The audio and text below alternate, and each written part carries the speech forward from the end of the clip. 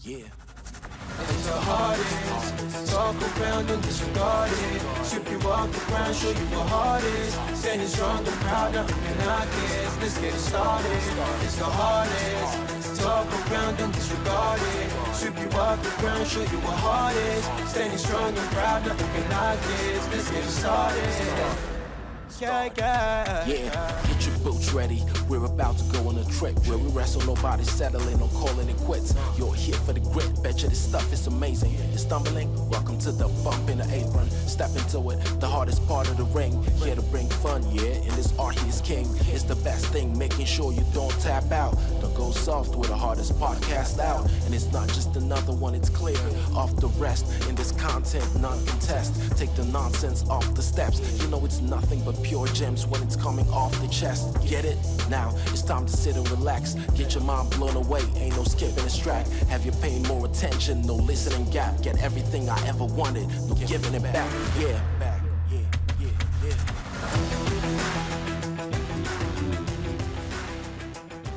What's up, everybody? It's your boy, Kyle. God, I keep trying to say it in a way that sounds cool, but it never does. Kyle! Hi, it's Kyle here.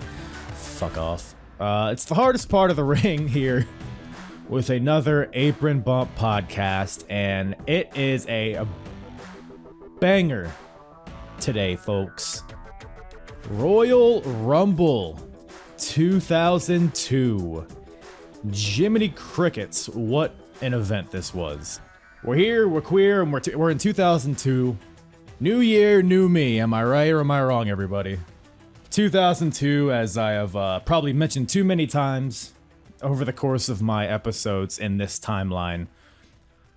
I really am not familiar with 2002 at all. You know, barring a few shows here and there, a few matches, a few moments here and there. 2002 is pretty much a dark era for me. Royal Rumble 2002, I had somewhat of an idea of what happened.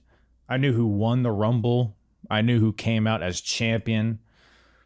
But if you ask me, hey, what happened at No Way Out 2002, I'd be like, I don't know. Did Chuck Palumbo win the world title? I don't know.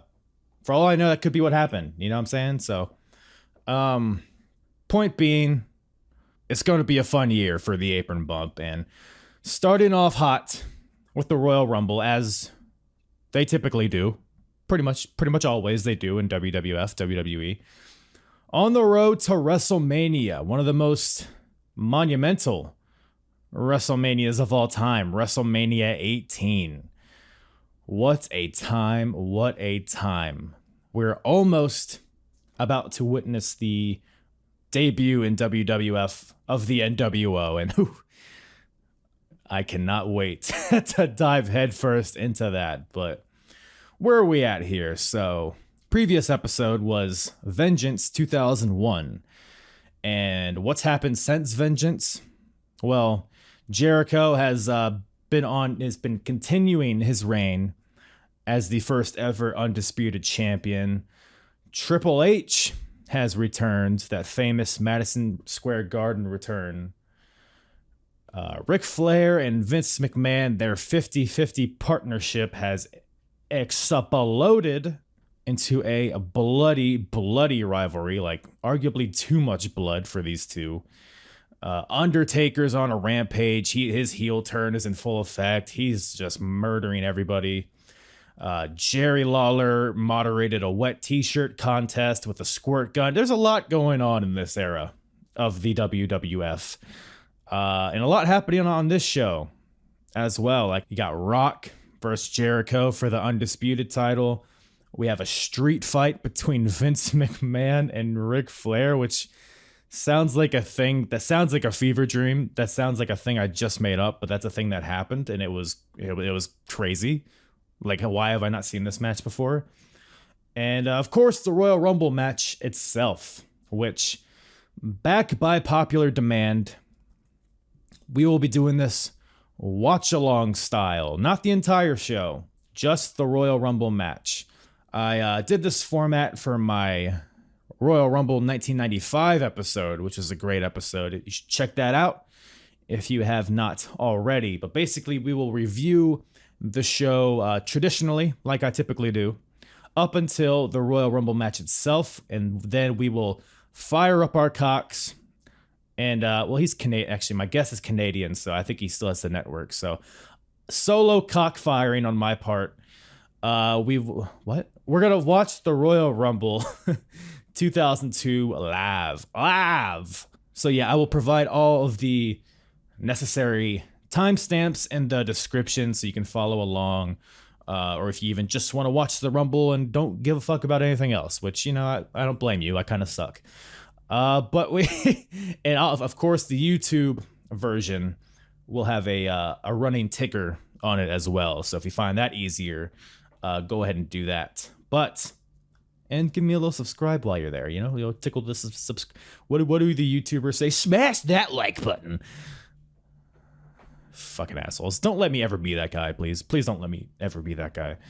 But joining me on this episode, Mr. Frets from the Fretzelmania podcast. Find him wherever you listen to podcasts. He also does retro reviews. In fact, he's in kind of a similar timeline as me. He's covering WWF, and he's back around King of the Ring 2001, that time period, which is a very entertaining time period to follow. But he also goes into all of the Raws and stuff leading up to the shows, which there's a lot that happens on TV in 2001, which I try to touch on in my reviews, but there's like so much to get into that you can't really touch on all of it. But Frets can, fuck me, Frets can, and he does a really entertaining job at it. So go. There is somebody just blasting music while I'm trying to plug this man. How fucking dare you? But go check out the Fretzelmania podcast, but check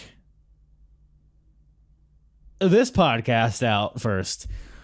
Really fun time with Frets. And also go check out the entire Wrestle Addict Radio network. A lot of good guys over there, a lot of great podcasts.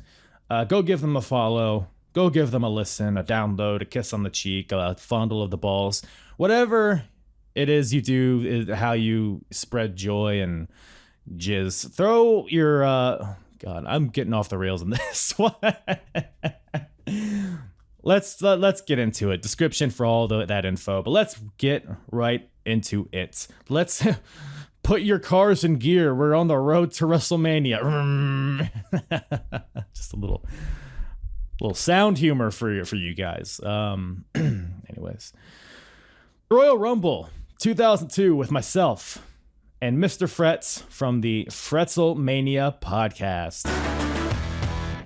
I just want to talk about fucking Jazz and Trish Stratus. Is that so bad? Is that so wrong? You know what? If we're talking that match, I'm gonna need. What is that? A Mr. Pibb? That is a Molson export, my friend. Is that? The hell is that? That is the most Canadian thing I've ever heard in my life. Well, it's a beer, so add 2 points for Canada door.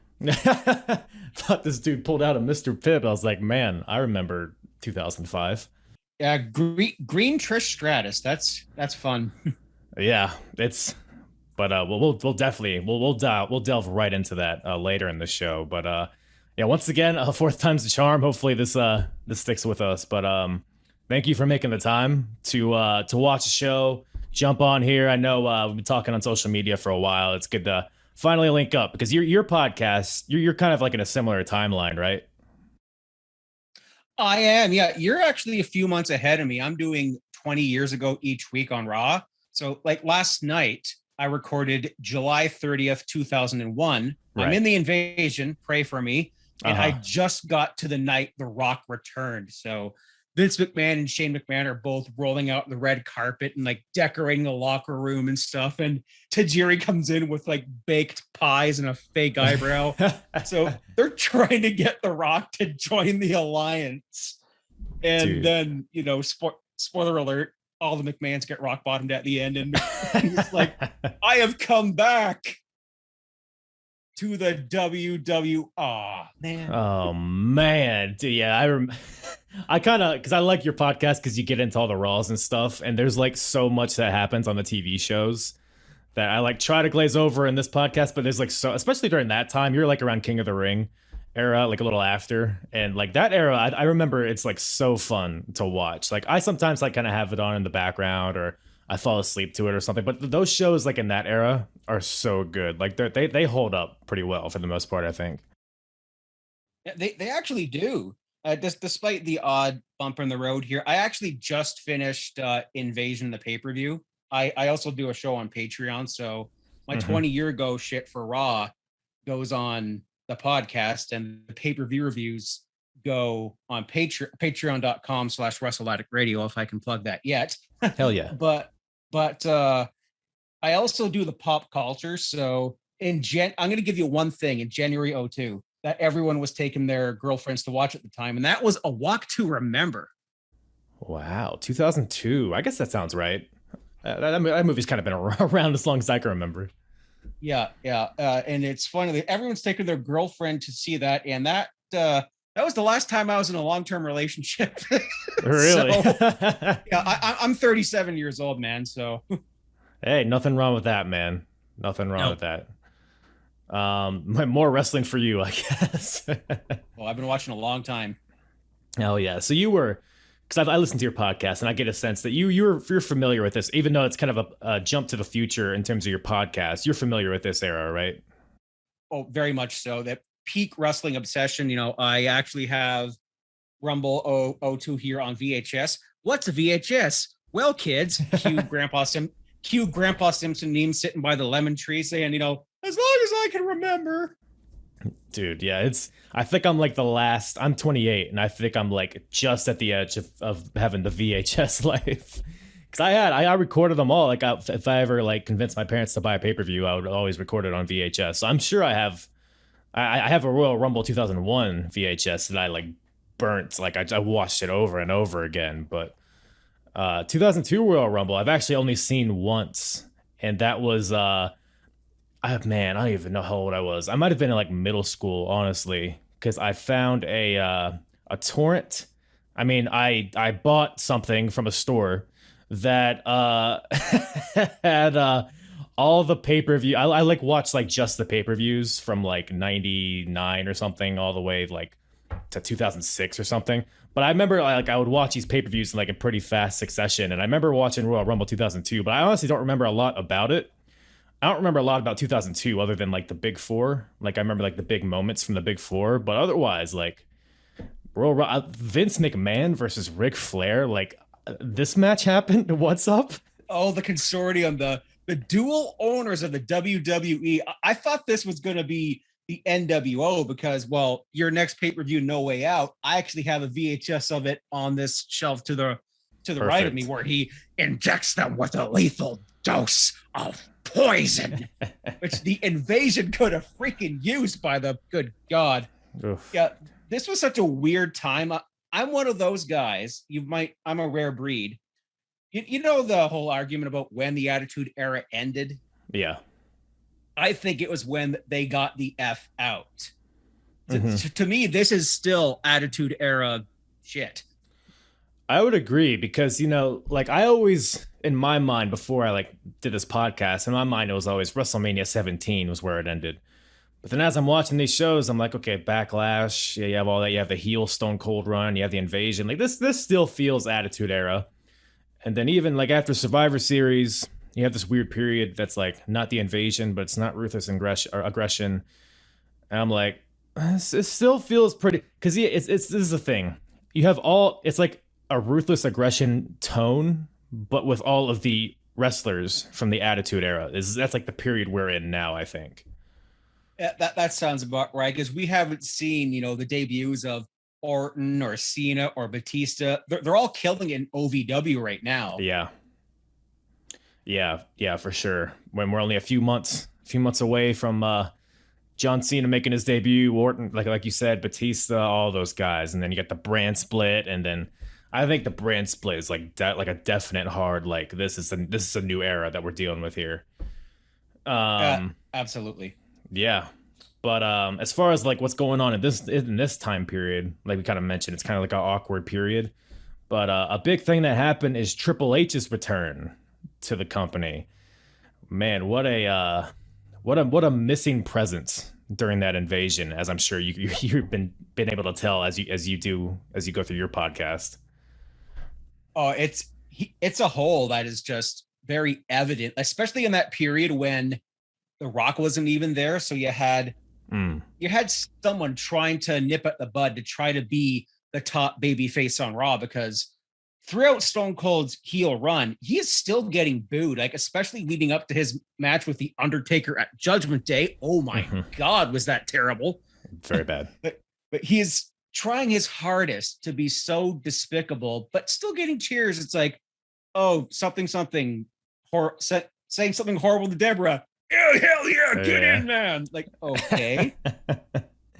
He does. He really commits to it at first. Like the 2-man power trip, and then Triple H gets injured, and then he's the leader of the alliance.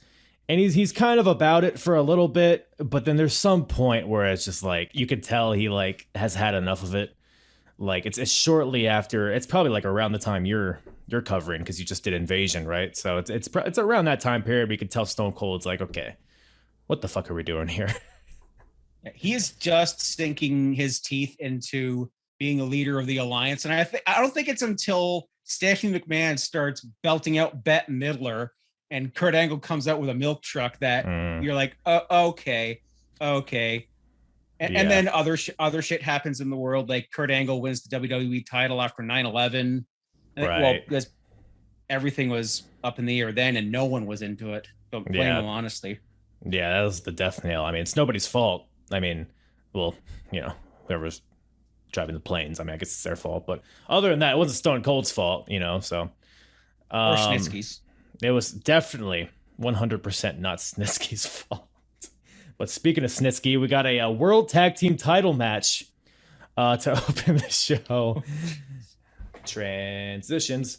So we got a weird match to open the show. So we got the Tag Team Champions, Spike Dudley and Taz, versus the Dudley Boys, with the Duchess of Dudleyville, of course, Stacy Keibler. So Spike here, he's in a neck brace, and the reason behind this is because he took a gnarly 3D on, I believe it was SmackDown a few days before this, where the Dudleys attacked Spike and Taz in the parking lot, and they gave Spike a 3D, like, if you go back and watch it, dude, he goes like head first into the concrete. I mean, it looks brutal, but he has a little neck brace on to sell the injury here, and yeah, pretty quick match. I mean, it's an opening match. Nothing, no 5 stars, no 6 stars here in the Tokyo Dome. It was to get the crowd hot, and I think it was pretty successful. The Dudleys kind of dominate in the beginning, but Taz gets a hot tag, and you quickly see why Taz was such a big name in ECW. Just a great, suplexing everybody, just looking like a monster. Even though he's had fucking jumpsuit Taz at this point, he's kicking the shit out of everybody. Just like a random push for Taz at this period too, because he like already like kind of transitioned into commentary, but he has this like random push with the tag titles with Spike. Weird move. I'm not really sure why, but Spike gives the Dudley Dog to Bubba. Then Stacy Keibler gets on the apron, tries to slap Taz, but Taz ducks out of the way and chokes Stacy Keibler with the Taz mission, because that's what his kink is, I guess. And then Devon tries to avenge her, but he gets locked into the Taz mission himself and quickly taps out. So Spike and Taz retain the tag team title. What a team! What a team to lead the tag team division here. I'm just gutted it wasn't the Shoguns, but I miss them. They're just getting started on my end, man. Like, well, they're also about the end then. Yeah, like when Big Show was pitching to Vince McMahon about I want to call us, like Big Billy Shoguns or like or something else for like the show offs but yeah, Spike has been feuding with the Dudley Boys since June of 2001, when the whole romance with Molly Holly came in. And then Spike started tagging with the Big Show, with Kane, and of all people, it's Taz 2 years after. To see where he's been 2 years after his freaking debut is ridiculous. And I thought this is when Taz was coming out to Cypress Hill, Thug Superstar. What? But that's another month away. We're well past what's that shitty rap CD they did in 2000 with shitty. Wait, well, hold on. Is this the CD with Run DMC DX, or is it one after that? It's that one. Man, get the hell out. They had that song, the DX song. They had a Kane. I think he had like Big Snoop Show. Dogg. Yeah, there was some. Maybe they're not good for wrestling theme songs, but they're bangers in their own right. I think. Yeah, but I was expecting to, like, hey, someone ordered Cypress Hill. I'm looking in your direction, possibly while high. Do you like Taz's flow? Did he rap the song, or was it somebody else that rapped his song? As I know, it was just Cypress Hill. That's all I know. I don't know. I'm not familiar with Cypress Hill Taz, but I can't wait to get to it. Now you got me excited. Next month, man. Spoiler alert. Oh man, I can't. It's all ruined. But yeah, what'd you think about this opening tag match here? It was decent. It was a way to get the crowd hot and to continue this epic feud, brothers versus brother. This is up there with Brett versus Owen. This is up there with the family feud of Eddie and Chavo. Yeah. In WCW over Pepe the Horse. That's right up there with the Moppy thing. It's about the same as Moppy, I would say. Where is Perry Saturn by? I just noticed. You just made me remember that Perry Saturn hasn't been on my TV in quite some time. Maybe he's fired at this point. Who knows? I think he might be in the Rumble match, honestly. Man, I'm gonna have an egg on my face if he is. Just said this guy was fired. But yeah, that match couldn't have been more than 3 or 4 minutes. It was fine. Crowd liked it. That's all you can ask for, I guess. It's weird though, the Dudleys, they like dominated the tag team division in 2001 because you had that TLC match at WrestleMania, but then Edge and Christian and the Hardys both like stopped teaming pretty much right after that, at least on a regular basis. So this leads the Dudleys to kind of beat these like random. They beat like X Factor and then like these random hodgepodge teams of like Spike and Kane, I think you mentioned. But it's weird to see the Dudleys lose pretty decidedly to Spike and Taz. It was a shocker, but there's a certain other team coming into the fold in the next couple of months that I think are going to be getting the titles off of these lads, and it involves one half of the Shoguns. Would you say this team looks good to you? They do. How is their theme song again? I forget. Like, you look so good to me. Then insert boy band jazz porn music out of boy band porn? Is that what you just said? Is that what I just heard? Boy band porn music, whatever. Like it was the time. That's a niche. That is a niche of a niche. Boy band porn music. Man, I'm not going to ask you any questions on that. No follow-ups on that, sir. Bleeding West History as we speak. Yeah. But after that, we have the Intercontinental Championship on the line. We got the champion Edge versus William Regal. So the backstory here is basically that Edge broke Regal's nose by giving him the execution on a steel chair. And I think it was a work, but I'm not 100% sure because he had like bruises all over his face afterwards. So who knows? But that was a few weeks before this, maybe even like more than a month. I forget. But this is a period of the time, once Regal returned from that injury, Regal introduced the power of the punch, which I distinctly remember. I forget which video game it debuted in. I think it was like Shut Your Mouth or something. But I remember that being his finisher, and it was so like exaggerated because he would like load it up and then just like uppercut, like a Tekken uppercut the guy into the air. KO. That's where we're at with Regal at this point. And Edge is just pretty boy, never gonna stop him. You're never gonna stop him is what I would say about Edge here. But he so the match, and like I said, Regal's been he uses the Nux in like every match he's in, for several weeks now. And before the match, Nick Patrick, the referee, is looking all over the ring. Like he's literally walking on the outside, looking under the apron, looking like around the post, in the turnbuckle pads. Doesn't find anything. But once Regal makes his entrance, he goes over to Regal. Nick Patrick does, the referee. Pulls open his trunks. Like literally just like, hey, okay, yep, there's your penis. Oh, hey, there's also some brass knucks in there. So he finds his brass knucks, among other things, and pulls them out of his trunks. And so Regal is knuckless, allegedly. So the match gets underway.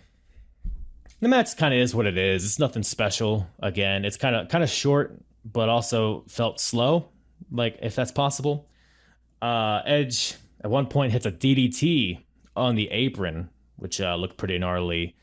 And then towards the end, Regal locks in the Regal stretch, but Edge gets to the ropes and reverses it into his own Regal stretch, an Edge stretch, if you will.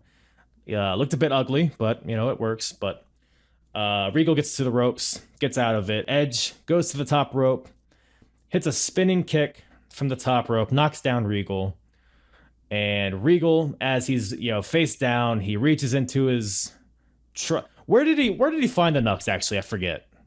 Probably up his ass. I'm not too sure. That's right. He reached into his asshole and pulled out another pair of brass knuckles. Brown ones. Brass knuckles from his moose knuckle, some may say. Moose knuckle for the win. So, no, Regal, he puts on the brass knucks, and as Edge is kind of, oh, sorry, I completely missed the spot here. So Edge goes for a spear after hitting Regal, but Regal pulls the ref in front of him, so Edge spears the ref, so the ref is out. It's at this point where Regal reaches into his asshole and pulls out the brass knuckles, and Edge walks over to him. Regal turns around, clocks him. Edge is knocked out. Regal pins him. Ref is alive again somehow. And Regal gets the 1, 2, 3. And a new Intercontinental Champion, William Regal. Ooh, doggy. What'd you think of this?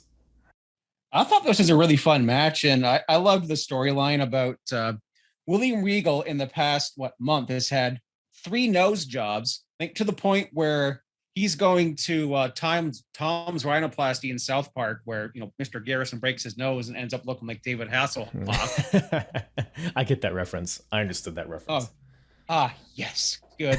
And Edge, he's still like friggin' like dude bro Matt Riddle, Fast Times at Ridgemont High Edge.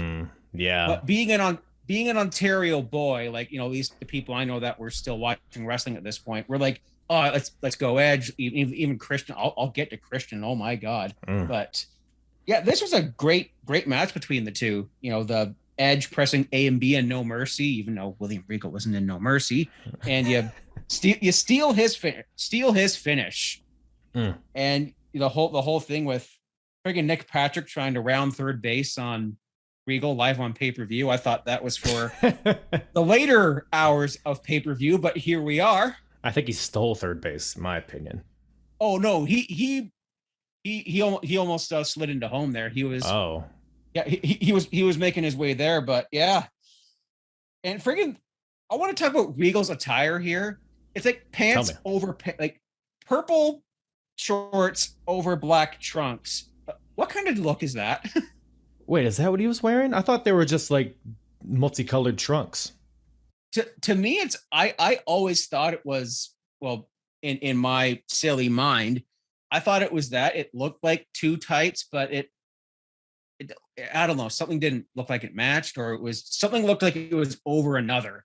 And it was even evident in that when you create that kind of attire in I don't know, like Know Your Role or whatever the other SmackDown games were at the time. Right. It's a layered thing. Do you have like a separate podcast where you go into the fashion of all the wrestlers and give them a rating? No, but I might start a Patreon show for that one. I was about to say that I would pay for that for sure. That also might come up on my OnlyFans. So you're not allowed to plug that on here. Yes, you can. Okay, I'm not Zelina Vega, so I can't do that. You support unions. But yep, so William Regal captures the IC title here. And I mean, when does the Intercontinental, they like get rid of it at some point? I think it's like late 2002, right? Yeah, No Mercy 02. Kane versus Triple H and the Katie Vick feud. That's what does it. That's what kills it. Yeah, Kane's so guilt-ridden from shagging a corpse today. He's like, all right, no Intercontinental title for you, WWE. Then like Stone Cold Steve Austin as was it like the sheriff or the co-GM? He'll bring it back in a sack on Raw in 03. Yep, back in a sack. The Intercontinental title story. Back in sack. There's a AC/DC B-side for you. Yeah, I believe you. But speaking of back in the sack, we have the women's title on the line in this next match with special guest referee Jacqueline. Surprised she was still around, honestly, at this point. But we have the champion, Trish Stratus, versus Jazz. Jazz, who made her debut at Survivor Series 2001 and really hasn't been featured up until like a few weeks before this pay-per-view. But she's definitely like a different like demographic than they would typically seek for as far as women's entertainment in the WWF. It's all, I mean, just to exhibit this, they had a few weeks before this, they had a wet t-shirt contest. I believe it was Tori versus Terry, if I remember correctly. And, Jerry Lawler moderated it, and he had a squirt gun with cold water in it, and he would squirt them, and then they would show their nipples. And like, what are we doing? What are we doing here? But so Jazz is very different. I think she interrupted that wet t-shirt contest, if I remember correctly. And I think that's kind of how this kind of sparked. And she also attacked on SmackDown the week before, attacked Trish Stratus backstage, beat the shit out of her, put her hand in like one of those cases that they have, they roll and has like all the equipment in it. Put her hand in the equipment box and smashed the lid on it. So breaking Trish's hand. So Trish comes out here with a taped up hand. But ultimately another like quick match. I mean, it's a 2002 women's match, and they're dipping their toes into legit wrestling at this point, but we still got a long ways to go. Jazz dominates like 99% of this match. Her and Jacqueline get into an argument at some point for some reason. Trish hits the Stratusfaction for a 2 count, amazingly. Jazz hits her DDT for a 2 count. Lots of false finishes here. But the end comes when Jazz whips Trish into the corner. She charges Trish, but Trish gets her boot up and hits a bulldog out of the corner for the win.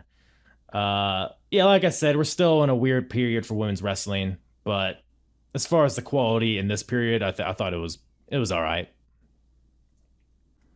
Not bad yet. Trish is still pretty green at this point in time, because it wasn't until 01 that we would see her be a full-time wrestler and competitor on Raw.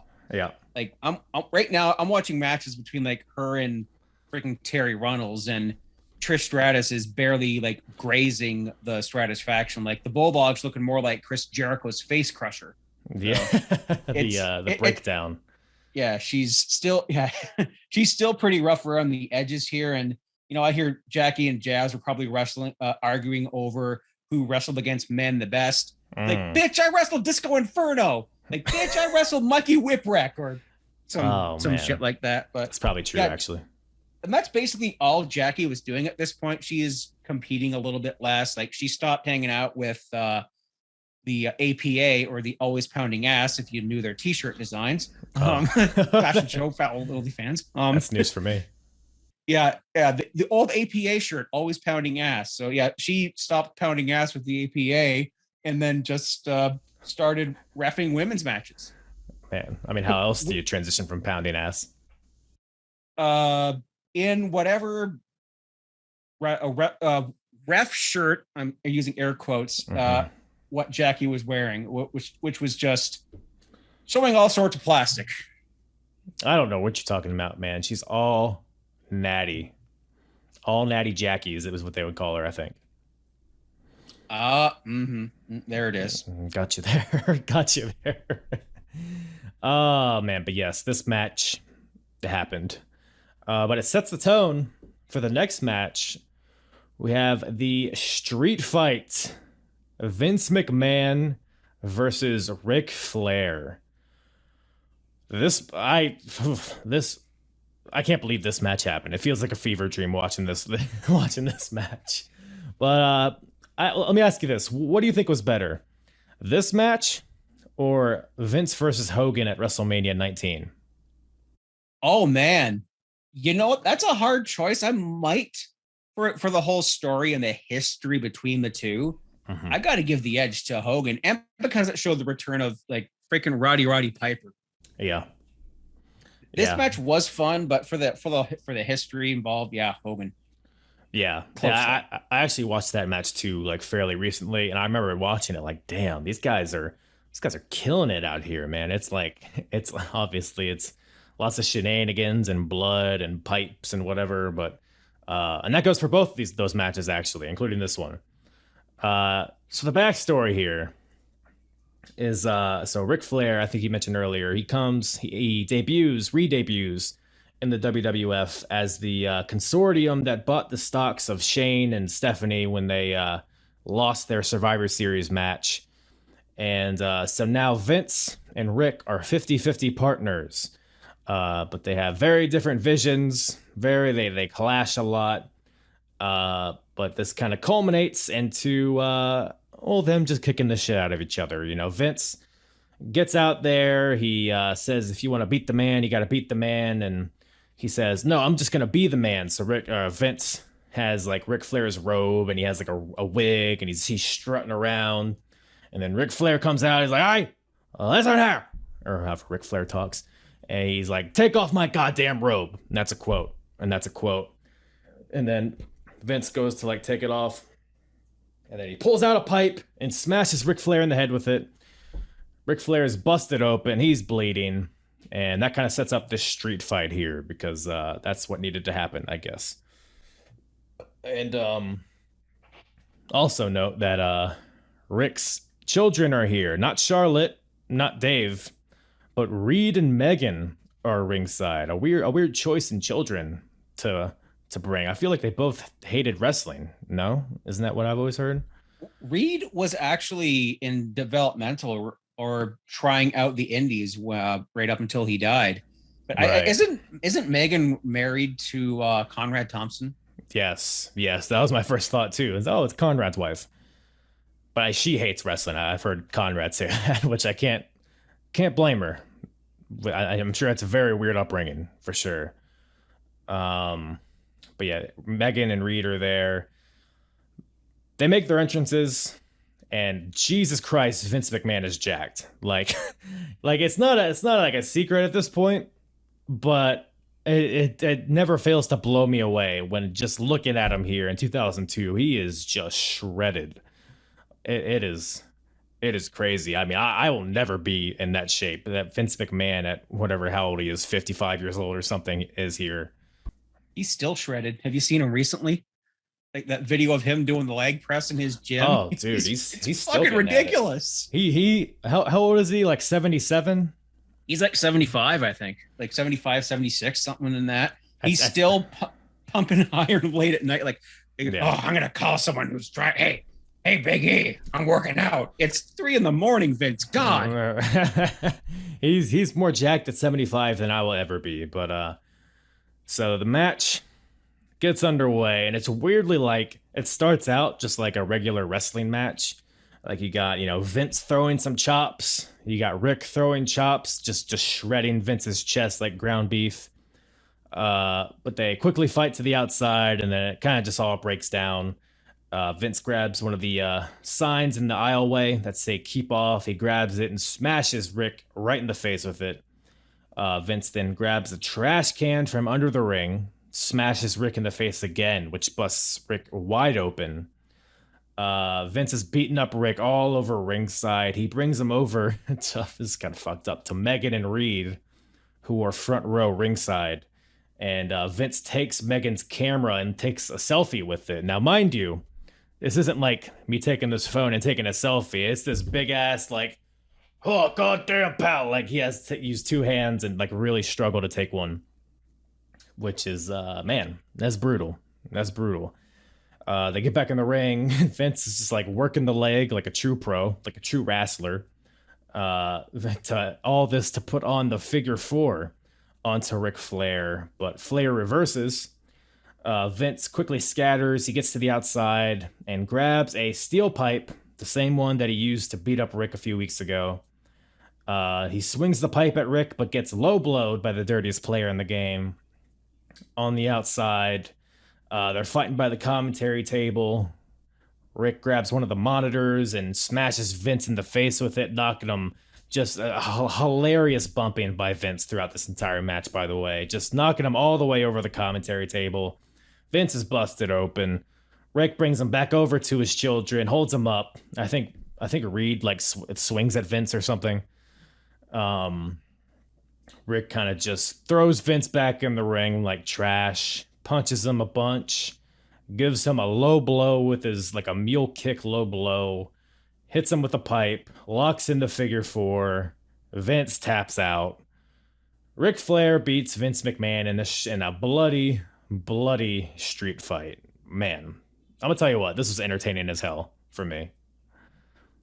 Oh, I had a lot of fun with this one, and the one line that really stuck with me in the lead up to this was I love ruining lives. It turns me on. That makes so much sense. Like WWE has come to the release with these 25 people. We will see the best in your future endeavors. I'm going to isolate that. You saying it turns me on and just have that on a loop on social media. That'll be the promotion for the show. Perfect. That'll get people to not tune in.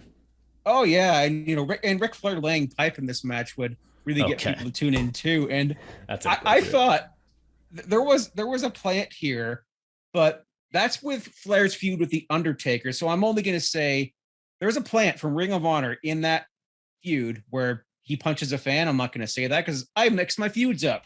But yeah, we had Flair just he'll walk 2 feet and then blade.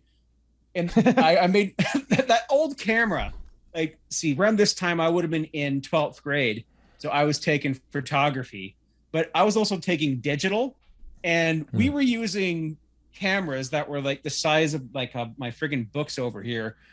And that took 3.5 discs. Yes, folks, I am aging myself here. What is a disc, sir? The save icon on Microsoft Word. Oh, is that like an app? It's a 3D printer thing. I see. Oh yeah, you see, kids. Yeah. Back in my day. Back in my day, it reminded me of those things because they were so effing huge. Yeah. The classic low blow, and I used to absolutely, for some reason or another, despise Ric Flair. Really? At this point too? I wasn't a fan of him at this point, but I got a picture. But eventually, I got over it, and I met him at Comic-Con in Niagara Falls about maybe 4 or 5 years ago now. It was right after he had that health scare, so it was a miracle he was even there. Wow. Same time I met Big Show, Trish, and Lita as well. So it was a hell of a week. Yeah, what a crew! What a crew! It's a real killer's row of Hall of Famers, and yeah, seeing Reed Flair there was just weird. Given the end of his life and all that, it's really unfortunate. And I thought it was Charlotte because Megan looks a lot like Ashley. It's almost uncanny, but yeah, the amount of bleeding in this match because it's Ric Flair. So. Yeah, I mean, what else are you gonna do? It's Vince McMahon versus Ric Flair. They're not gonna have a catch as catch can 20-minute classic out there, I guess. So they they use their time efficiently, I guess you could say. It kept the crowd going. It was great. It was fun. Crowd was into it. They're pretty much more into this than any other match thus far, so can't fault them for that. But craziness this match. But backstage afterwards, this killed me. So Lillian is interviewing Nick Patrick, the referee. This is the referee that was reffing Regal versus Edge and did not catch Regal's brass knucks. So Lillian is interviewing Nick Patrick, and she basically says, "Have you had a chance to review the tape of the Intercontinental title match?" And Nick Patrick does this. Like a fucking 40s TV show, rubs his chin. Like a film noir TV show, just, I wonder. And then Stone Cold just walks behind him, does the whole what thing. We're deep into what, like that. We're heavy whatting in January of 2002. I've never heard of that. I've never heard of that what DVD you DVD? just showed me. That's all it is. It's just like 60 minutes of what and Austin versus Benoit on Angle. Man, I need to go find that. You sold me on it. That's all you need to say to sell me on it. What do you think of Stone Cold here? Because what in your timeline, you're pretty. Stone Cold's kind of running hot. Like he's in his heel run. He's like the prominent figure on TV. But almost, it's like in January of 2002, he kind of feels like an afterthought in some ways. In a way, like I think the whole what thing is very pandering, but Stone Cold's probably like he's in my top 5 all time, probably number 3, right after Brett and Owen. I've always loved Austin, even in his heel run. Like it was so hard for me to boo him because he's like, oh hell yeah, I'm still a beer swelling, ass kicking redneck here. And the what thing, as annoying as it is today, well, we just had crowds come back, so I gave them Raw, I gave them SmackDown. Like, okay, get it out of your system, because I've missed audience participation instead of watching Raw in front of a bunch of freaking Zordon screens every week. Yikes! It was pretty. It was funny when Bailey and Alexa did all their screens. That was fun. That's all it gave us, those screens. That it was. It took part in the Thunderdome a few times. It was it was just like what we're doing right now. Someone's in my ear saying, "Hey, cheer for like boo Retribution." No, I'm a cheer them. Thank you, Mustafa. Good God, but yeah, Stone Cold here. Just and the thing that follows this is the best use of whatever with Stephanie McMahon is talking trash. You're like, my husband Triple H, just going off, and it's like do. Unbeknownst, you see just Stone Cold saunters in, and then you hear what? I got 29 people. What? Triple H? What? This and that. Then just wadding until she just and leaves. Cole was corpsing hard here. Like you could tell he was just gonna bust a freaking gut. It's a way to get the thing, but his act was starting to wear a little thin. So I think this whole deal was something to try to freshen up a little bit. It wouldn't be much longer than this that Stone Cold would take his ball and go home for 8 months, right? And then after that have like 2 matches and retire. It's man, yeah. We're sadly we're in the end of that era, and that was a hard one to let go of because Stone Cold. I mean, I told you he's one of my faves. That's crazy when you really put it that way. Like he only has a few more matches in him at this point, which is really unfun. And by the way, you brought up Stephanie McMahon. I'm going to tell you one thing that drives me fucking insane is when Stephanie or anybody else that's like a spouse of a wrestler, I hate it when Stephanie calls Triple H Triple H. Yes. Like, what you wouldn't call your husband his wrestling name. You would call him Hunter, at least. You don't have to call him Paul, but call him Hunter.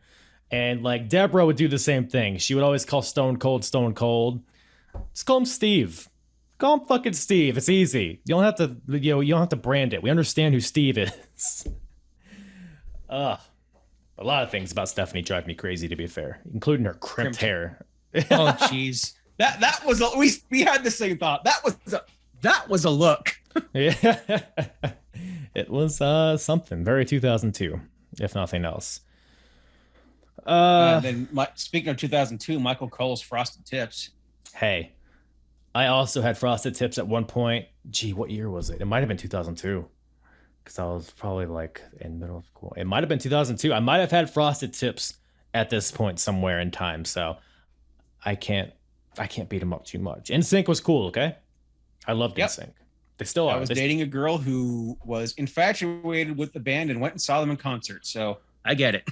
I'm jealous. I wish I could have. But speaking of NSYNC, we got a boy band member, Chris Jericho, the Undisputed Champion, defending his titles against The Rock. Jericho versus Rock. So this is their third big time pay-per-view match, world title match at this point. Because they had one at No Mercy, 2001. They had one at Vengeance, 2001, and now they've had this one. This one's probably my favorite of the three, although they're all pretty solid. So this match is pretty methodical and kind of slow paced in the beginning, but it kind of builds on itself. Jericho ends up taking one of the turnbuckle pads off at some point behind the ref's back, which I didn't catch the first time I watched this, but I went back and I was like, when did he take it off? Because it comes into play in the end. Jericho at one point hits 2 consecutive lion salts, but only for a 2 count, which is a weird thing. I guess if he hit the breakdown once, he would have beat him, is the story I got from that. Rock locks in the sharpshooter at some point, and Jericho's about to tap out, but these goddamn Canadians come out. Ugh, blame Canada.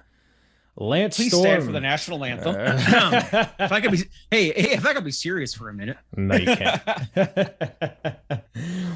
But it was like kind of planting seeds for the un-Americans here, I guess. Lance Storm and Christian come out because they're in cahoots with Jericho because Canada. And Lance Storm gets on the apron.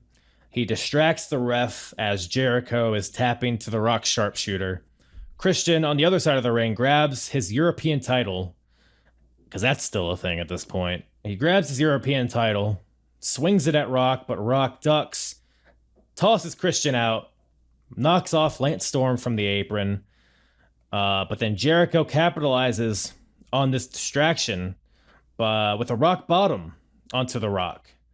Jericho then goes for the people's elbow to further rub salt in the wound. But as Jericho bounces off the ropes, the Rock kips up and tosses him to the outside. And this is where there's a lot of hullabaloo around like the commentary tables and stuff. Jericho tries to rock bottom Rock through one of the tables, but then Jericho gets countered, and the Rock bottoms him off the Spanish announce table through the English announce table.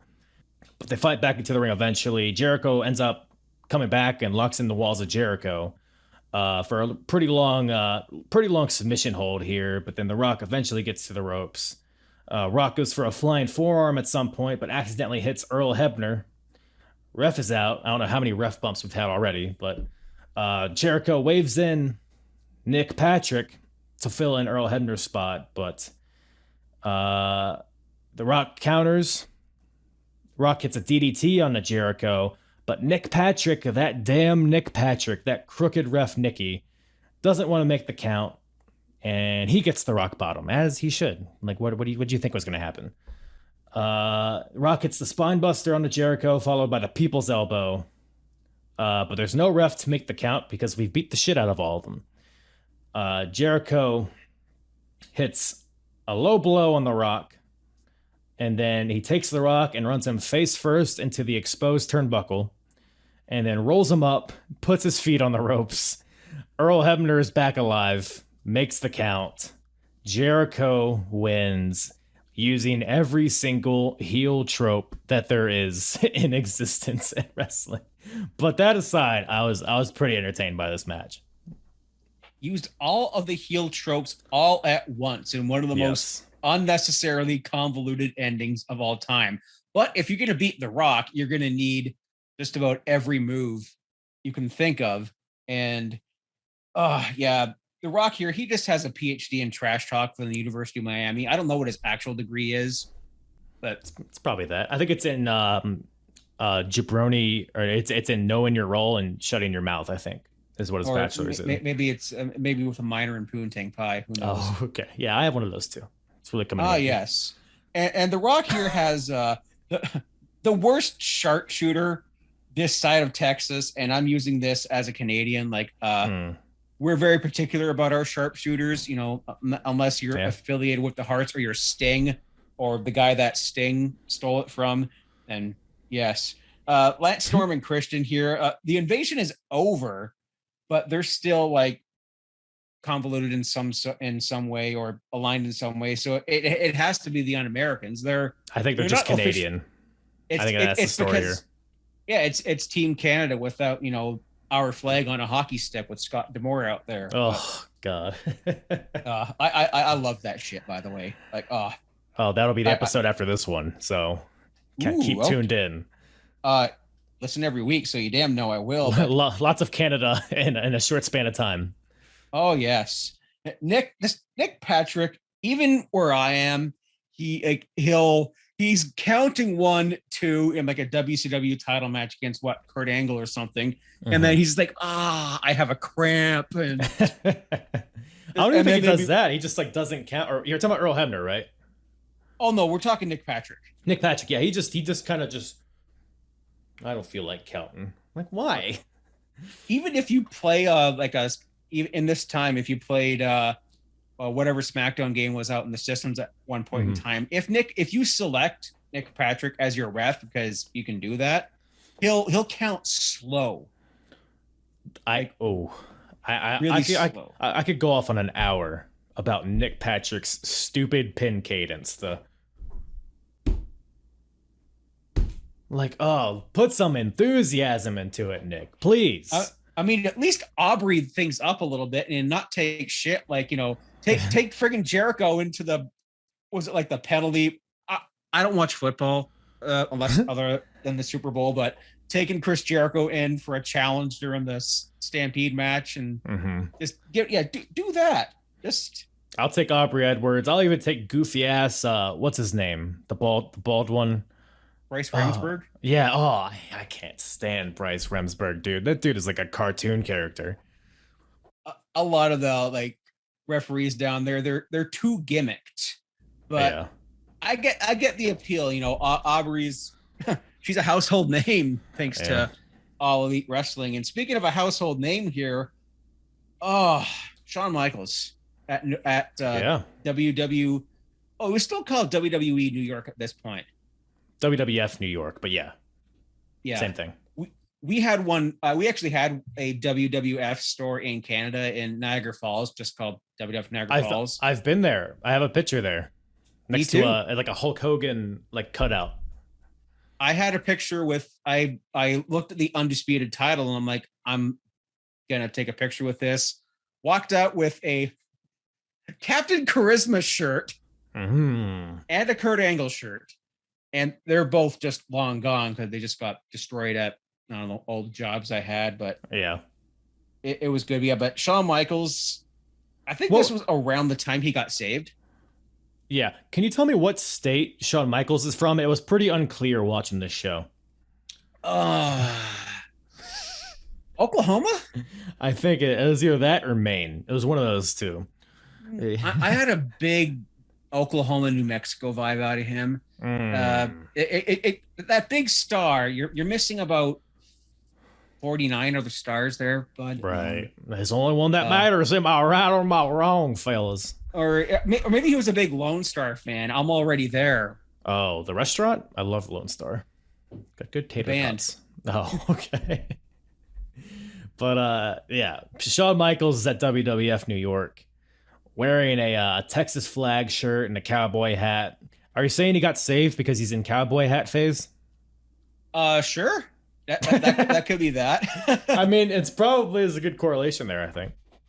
I mean, I do have his Wrestling for My Life, which is basically his big autobiography, but in like Christianese devotional form. Yeah, I didn't mention that I am one, but I've been swearing, but whatever. So how dare you, sir? This is gonna get out, and they're gonna fire you or whatever they do there. Send you to hell. Excommunicate. I haven't been in the ministry in 10 years, so there you go.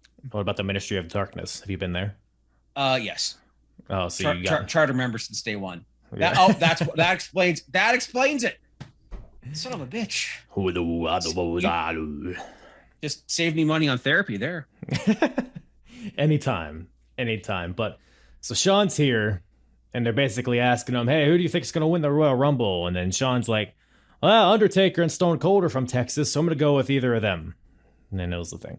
But as silly as it is, he did not say Triple H, which is a strange thing. And I'm wondering if they're kind of planting seeds early for, later half of 2002 here. Oh, he very well could be. He was looking a little better than the last time we saw Michaels on TV, I think it might have been Rumble 01, or it might have been just after that. And Jim Ross is just, well, we wish you were here, Sean. You could tell there was just pain, like in JR's voice, because Sean was like in 01, he was not well. Right. Like he was, for sure, full on in his issues. And around this point, he was looking better and he seemed like himself, but you didn't really notice that until, he was the I forgot he was a member of the NWO. But you don't see that pep in his step until he gets that feud with Triple H. Yeah, but once that happens, though, man, it's like the best stuff of his career was after that, which is insane when you really think about it. Big time.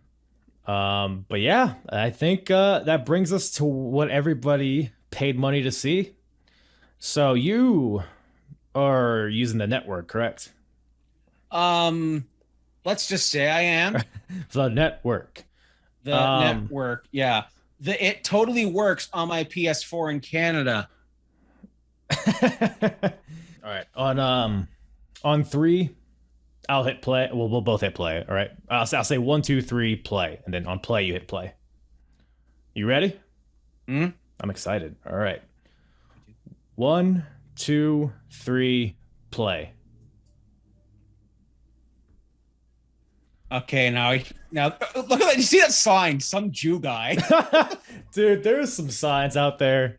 There's one that's like, not on this show, but it was like Hulk Hogan has AIDS or something.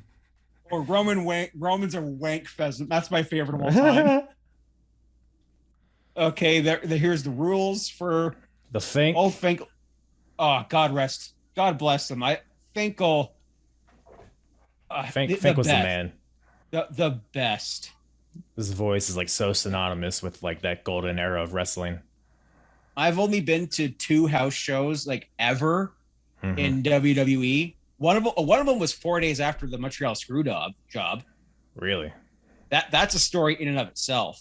One of Crush's last matches in the company, actually. Oh, Big Quiche, boy, Rikishi #1. Yeah. This Rumble to me was so weird, but the build for this was fucking stupid because you're building around 4 returns, but you build it around, okay, look, Mr. Perfect's going to be here, Quiche is going to be here, Val Venis is going to be here, and The Godfather. Like, why would you say that outright, not leave it as because every year we have the obligatory surprise entrant. One year it's Edge or it's Christian, or every freaking year it's the Hurricane.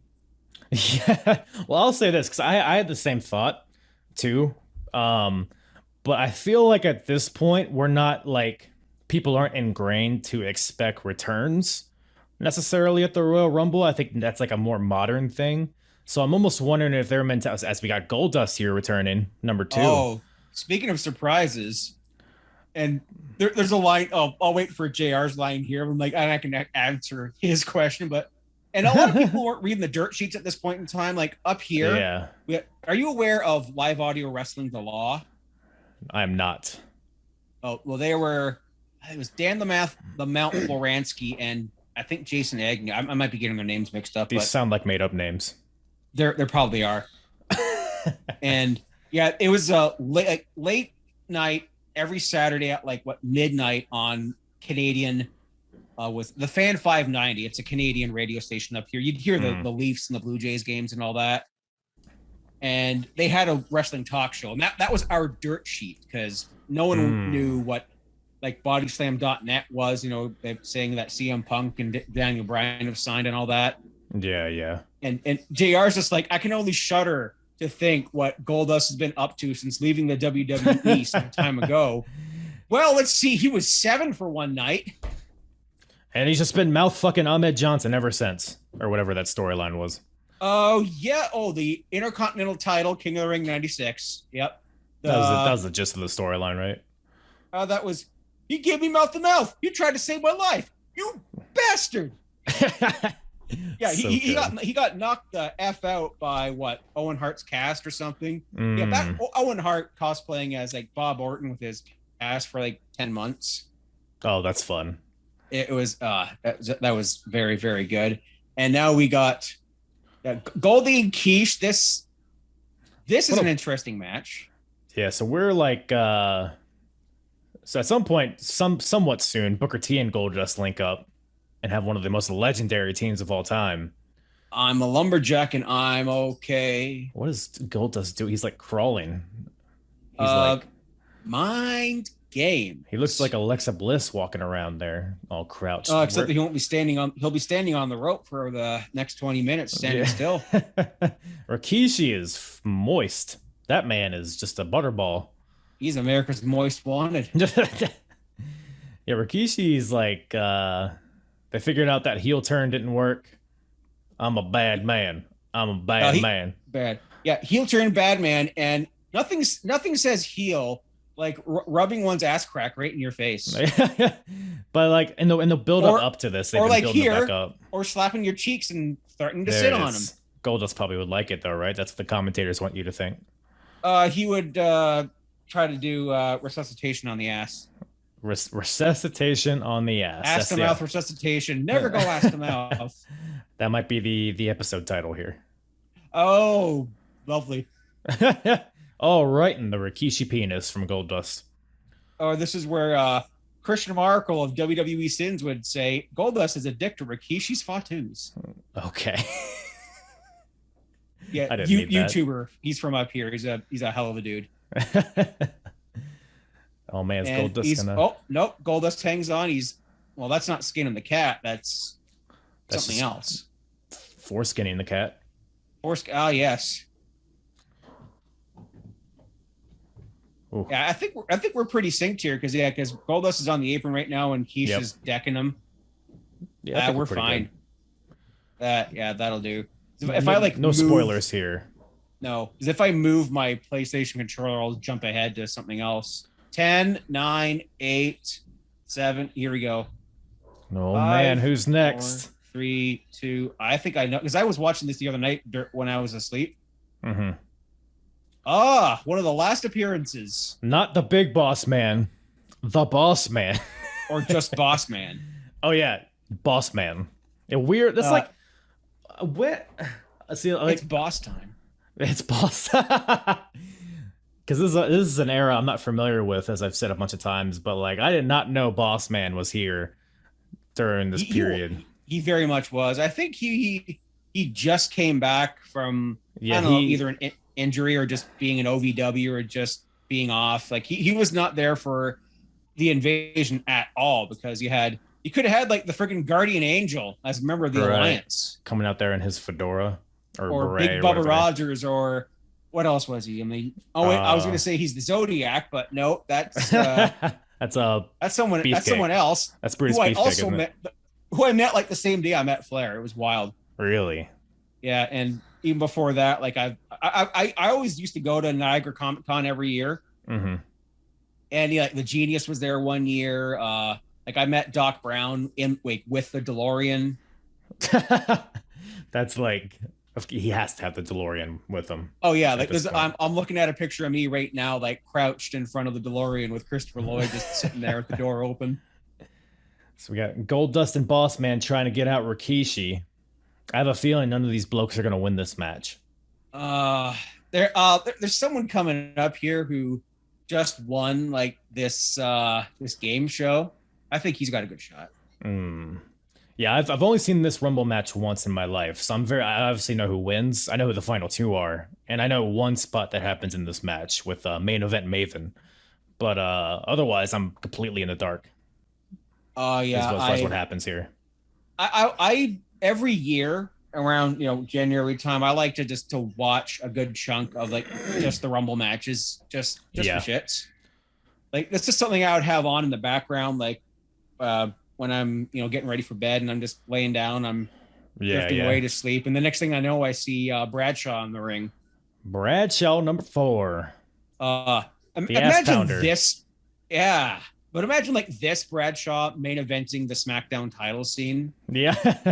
I often think that. It's like, man, I would honestly like that because I'm going to have a really, really hot take here. But in my mind, JBL is one of the worst character transformations in wrestling history.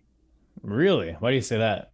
Well, to see what he went from to get to that, to go from beer drinking, card playing to Ted DiBiase. No offense to Ted DiBiase, I friggin' love that guy. Yeah, but yet it was just there's them cheeks, ass to mouth. And Clerks poor 2 ever boss taught us man. anything, you never go ass to mouth. So.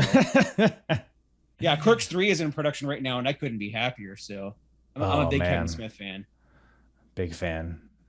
I'm not much of Tusk, but more of things like Clerks and Jay and Silent Bob Strike Back. Right. Oh yeah, and the whole, and I like the line. Who was it that said Pete? Oh, Pete Rose said that Rikishi uses Aqua Velva on his ass. Yeah, as he eliminates Boss Man. Yeah, Poor and now Boss here comes Man. Bradshaw. Oh, just the loosest Samoan drop ever. He literally just tossed that man. He said, "See ya." He just yeets him. But on Bradshaw here, like I would have liked. Well, you know who Stan Hansen was, yeah, right? Right. I think that kind of gimmick could have worked, like maybe against like Eddie Guerrero, like during their whole. See, I think maybe, but that basically is what he was when he debuted. But I guess with some name identity, it may have been more successful. Oh That's yeah. But I like this heel run personally. I just if I can be serious for a minute, Lance Storm coming out here. One of my absolute favorites, like not only Canadians but just ever. Yeah. I feel like that's a Canadian law. You have to love Lance Storm. Oh, you can love just about anyone from Canada. There might be a couple of exceptions down the line, but up here, like we got was it ECW on TNN around 99, just near the end. Yeah. And they kept fucking with the time, like the time frame of when it would come out. But Lance Storm was on like the Impact Players with your buddy Just Incredible. Yeah. during that run, and that's when I discovered this guy. And then when I realized he was, who didn't train in the Heart Dungeon back then? Like I guess everyone who's in this ring right now probably went to the Heart Dungeon for like at least a night to get that. Too hot. He's just gonna. Hey, let me touch your shoulder. Stretch it just a little bit. Is Stu Hart? Does Stu Hart just dial in? The hell? Yeah, I'm dialing in from beyond the grave. I'm gonna stretch you. I would ask you to do the rest of it like Stu Hart, but I'd prefer you didn't, to be honest. I'm gonna be honest. That's it makes me feel uncomfortable. It makes my nipples turgid when you do that. Ooh, okay. I'll use that one as my next pickup. There it is. You can't lose with that one. No, Stu Hart and Vince impressions, they're hard on the old throat. I'm usually always hydrated during my shows. You hydrate just for those impressions. What is up with that? Oh yeah, because I break out in those impressions like every week. We got 3, 2, 1. Who do we got next? Glitter just all over the ring. Everybody wants some head. Wow. Al Snow. He wasn't an advertised I guess he's been like with Tough Enough. So he's been off TV. Maybe he's been on like Heat or something, but nobody watches. Yeah, he's probably been on Heat at this point. It was on MTV. Okay, here we go. Clothesline from jeez. I think you're like a second ahead of me. Goldust for no reason just swoops in with a fucking knee drop. What a douche. And you get super kicked. That's what you get. Yeah, I love the controlled chaos here, but there's one thing Al Snow, he doesn't get it, but I would mark out if he brought out his. Do you remember in hardcore matches when Al Snow used to break out bowling balls? Yep. Do the 7-10 split. Like he did that at 01 Rumble. Yeah, that's my favorite Rumble. That's the Rumble where I could pretty much recite you the entire thing. From my celebrity lookalike Drew Carey to everything. Hey, there's worse ones. No, I get Drew Carey. I used to, at this point, I would get like, oh, you look like Crash Holly. Or I would get And although I think the show at this point in time, speaking of 2002, had just debuted, but the Trailer Park Boys and Bubbles, a dope den ain't no place for a kitty, Ricky. Woo! Is that Trailer Park Boys or is that Scooby-Doo? That might be why I'm growing a beard. That the two are not related. I'm not sure. That or I've just been too lazy to shave because I work almost every day. Don't worry, I'll Photoshop you in a nice beard. Don't go Duck Dynasty. You can go just a little bit less than that. Maybe like Jim Neidhart. Okay. Yeah, that's everybody's goal after all. Oh yeah, I wanted to get his goatee, but I get like an inch off here and be like, nope, snip. Speaking of Shoguns. Ooh, look so. Not yet. This is I've got it all. Oh shit, it is. The same freaking. It's the mentality, though. I don't know if it was the same dude or lady that sang, I'm an ass man, but oh yeah, the whole thing with Billy Gunn not being called the ass man. Are you aware of that? Of how that all wound up? Not being called the ass man? Yeah. I don't think so. Well, I think for kayfabe reasons, it was a feud with the right to censor. Right. Yeah, so I'm actually following that story along. You're saying the right to censor? You saying they made him not be called the ass man anymore? Basically. That I believe you. I probably turn that out of my memory. Nope. We have a dueling super kicks here. Lance. Yeah, but it was that whole. Oh, he's gone.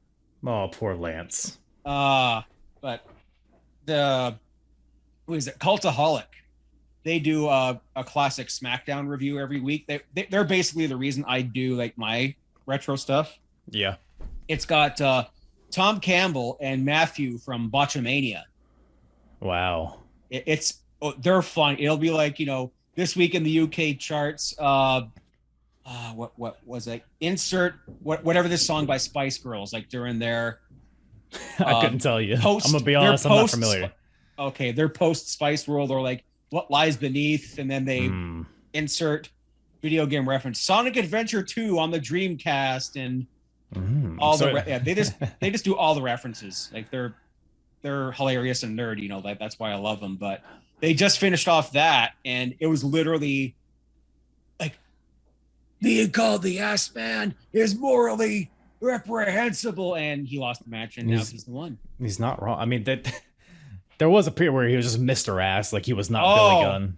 Oh, here comes the Dead Man. Dead Man ain't. Oh man, friggin' royalty-free Limp Bizkit. Yeah, I'm gutted. I don't have Limp Bizkit on this version. Oh really? It's just sucks for you. Jim Johnson like dun dun dun dun dun dun dun, like kind of really.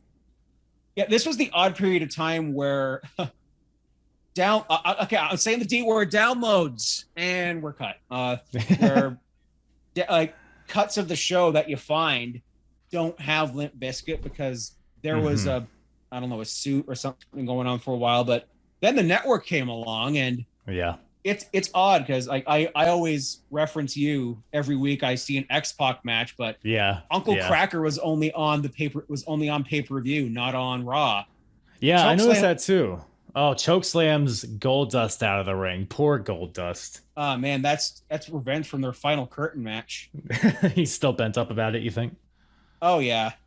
No, that's a storyline. Like if you're looking for one to go back to, is like 96, because I was casually watching like 94. It would be my dad and I watching every Saturday like Doink the Clown and Bam Bam Bigelow. Yeah, and Al Snow as what was he, Shinobi and Avatar? Leaf Cassidy. So. Yeah, that was like peak when I got fully in, was like 96, 97. Oh, Rikishi's gone. Rikishi's gone. He's not making a difference anymore here. Undertaker has literally eliminated everybody. There goes Billy. Yep. He needed Chuck. Yeah, Rikishi not making a difference spot too. That's a deep new generation cut right there. Yeah. Man, Undertaker. Buzz cut Undertaker. I totally forgot about this. I absolutely love this Undertaker. Heel Undertaker, just a dick. Buzz cut. I think his heel run rules, even though it's kind of short-lived, I think. Yeah. Like hardcore champion. Yeah, I think he's hardcore champion at this point. Maybe, but unless he lost it to. Oh, Oh, and what? so this is one of the Hardys, I guess. Is Matt. that Matt? There's So Matt and Lita. So this is the whole thing. So the Hardys had a feud against each other, and it wasn't that great. So basically, Undertaker just destroyed all of them. Well, he destroyed Jeff and Lita first, and this caused Matt to have some sympathy for them. So now I guess they're pretty much just back together.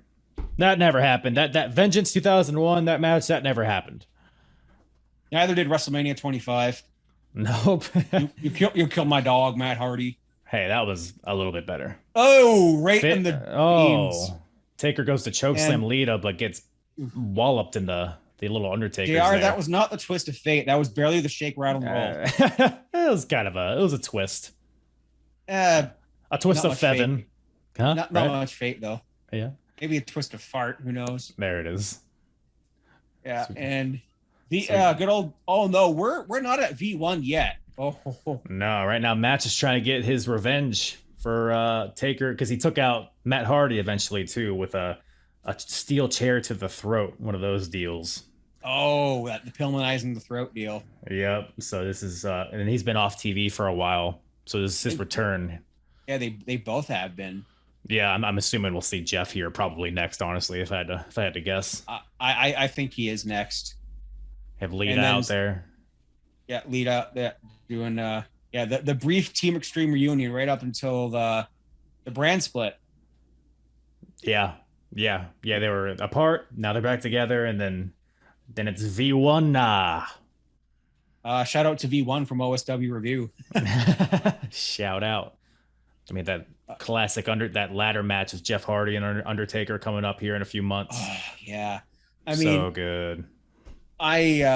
With my I'm still gonna be doing like 20 years ago stuff next year, but I'm gonna be switching off to SmackDown because I didn't watch any SmackDown from like 2002 because I didn't get the channel it was on, honestly. Oh, really? So I would love to get like, Orton's debut, Cena's debut. Here comes Jeff. There it is. What are the odds? Jeff Hardy. Jeff Hardy in a hat. This is hat Jeff Hardy, yes. Hat. Oh yeah, hat Jeff Hardy. And then like something that Jim Ross would give out about, much like Billy Gunn, like, oh, how can a man wrestle in earrings? Earrings, sassafras. Here we go, full reunion. Oh, Team Extreme, all three of them are ganging up on Undertaker. Oh man, it's one of the refs is pulling in Lita, but there's no disqualification, right? It just warms the cockless of your heart. Last year we had bowling balls and trash cans in the Royal Rumble, and Drew Carey. Drew Carey. I mean, anything's possible. So why do we have to get rid of Lita? Yeah, we did have the reigning, defending WCW Hardcore Champion too. Yeah, it's very true. Taker's he's dominating. This whole deal. I remember like almost everything leading up to this because, well, spoiler alert, WrestleMania 18's in Toronto. Right. And that's like I grew up like maybe 2 hours from the city, like small town. Mm-hmm. I tried so hard to get tickets to that show and entered like every contest there was because I wanted to see like the Hardy Boys and Taker and Swanton. I never got to go. It was just finally I gave up, and like one of my teachers would rub it in my face for the rest of my high school career. Mrs. Hall, shout out. So. Oh, deservedly so. Yeah, like every radio contest, and around this time I was nearing the end of my relationship with my my high school sweetheart. We were together for like 16, 17, 18 months, something like that, and she was a big wrestling mark too. Yeah. And WrestleMania 18 was on her birthday, so like what better present? Oh man, yeah, it was meant to be. And speaking of presents, last ride. Just the crumple physics on Matt Hardy. As soon as he goes down, he's just like he's like a fighter in like Tekken getting KO'd. Out he goes. And Jeff got eliminated earlier after Taker caught him from the poetry in motion, tossed him out. Gave a last ride to Matt Hardy, tossed him out like a sack of potatoes. Now who do we got? Wicked spot. I think it's there it is. Main event Maven. Oh man. RA Era Podcast's favorite. Shout out Dave. Big Sexy and Michael. They got man, so Maven, does he have, I can't tell if this is like, if the music's copyrighted or if it's just like a instrumental version of it. Is it? It's legally distinct to entrance theme number 69. God damn it, man. What, Maven has no value then. Okay. Lita gets knocked off the apron. I can't think of who did his theme, but it was like it was on like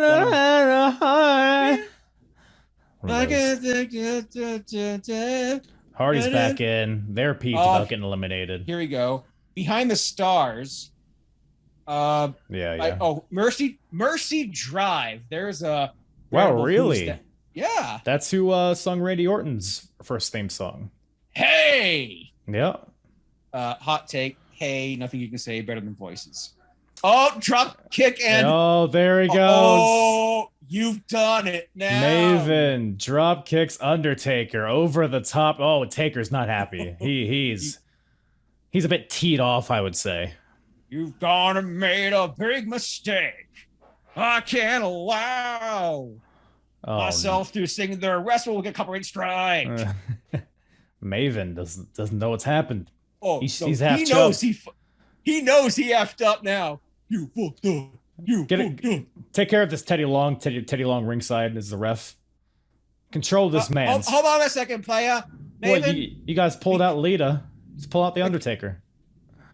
That was the only one who was pulling out a lead. I thought. Okay, what up? Bang. Oh, hey, hold on a minute, player Maven. Maven's getting his ass kicked. Mistake, man. So you're going one-on-one with the Undertaker. Oh, through the ropes. Through the ropes. Oh, he's still in. He's still in. Much like Curtis Axel from 2016, he's still in. He's still in. Much like Spike Dudley from last year getting chokeslammed down the ramp. Or is that this year? Shit.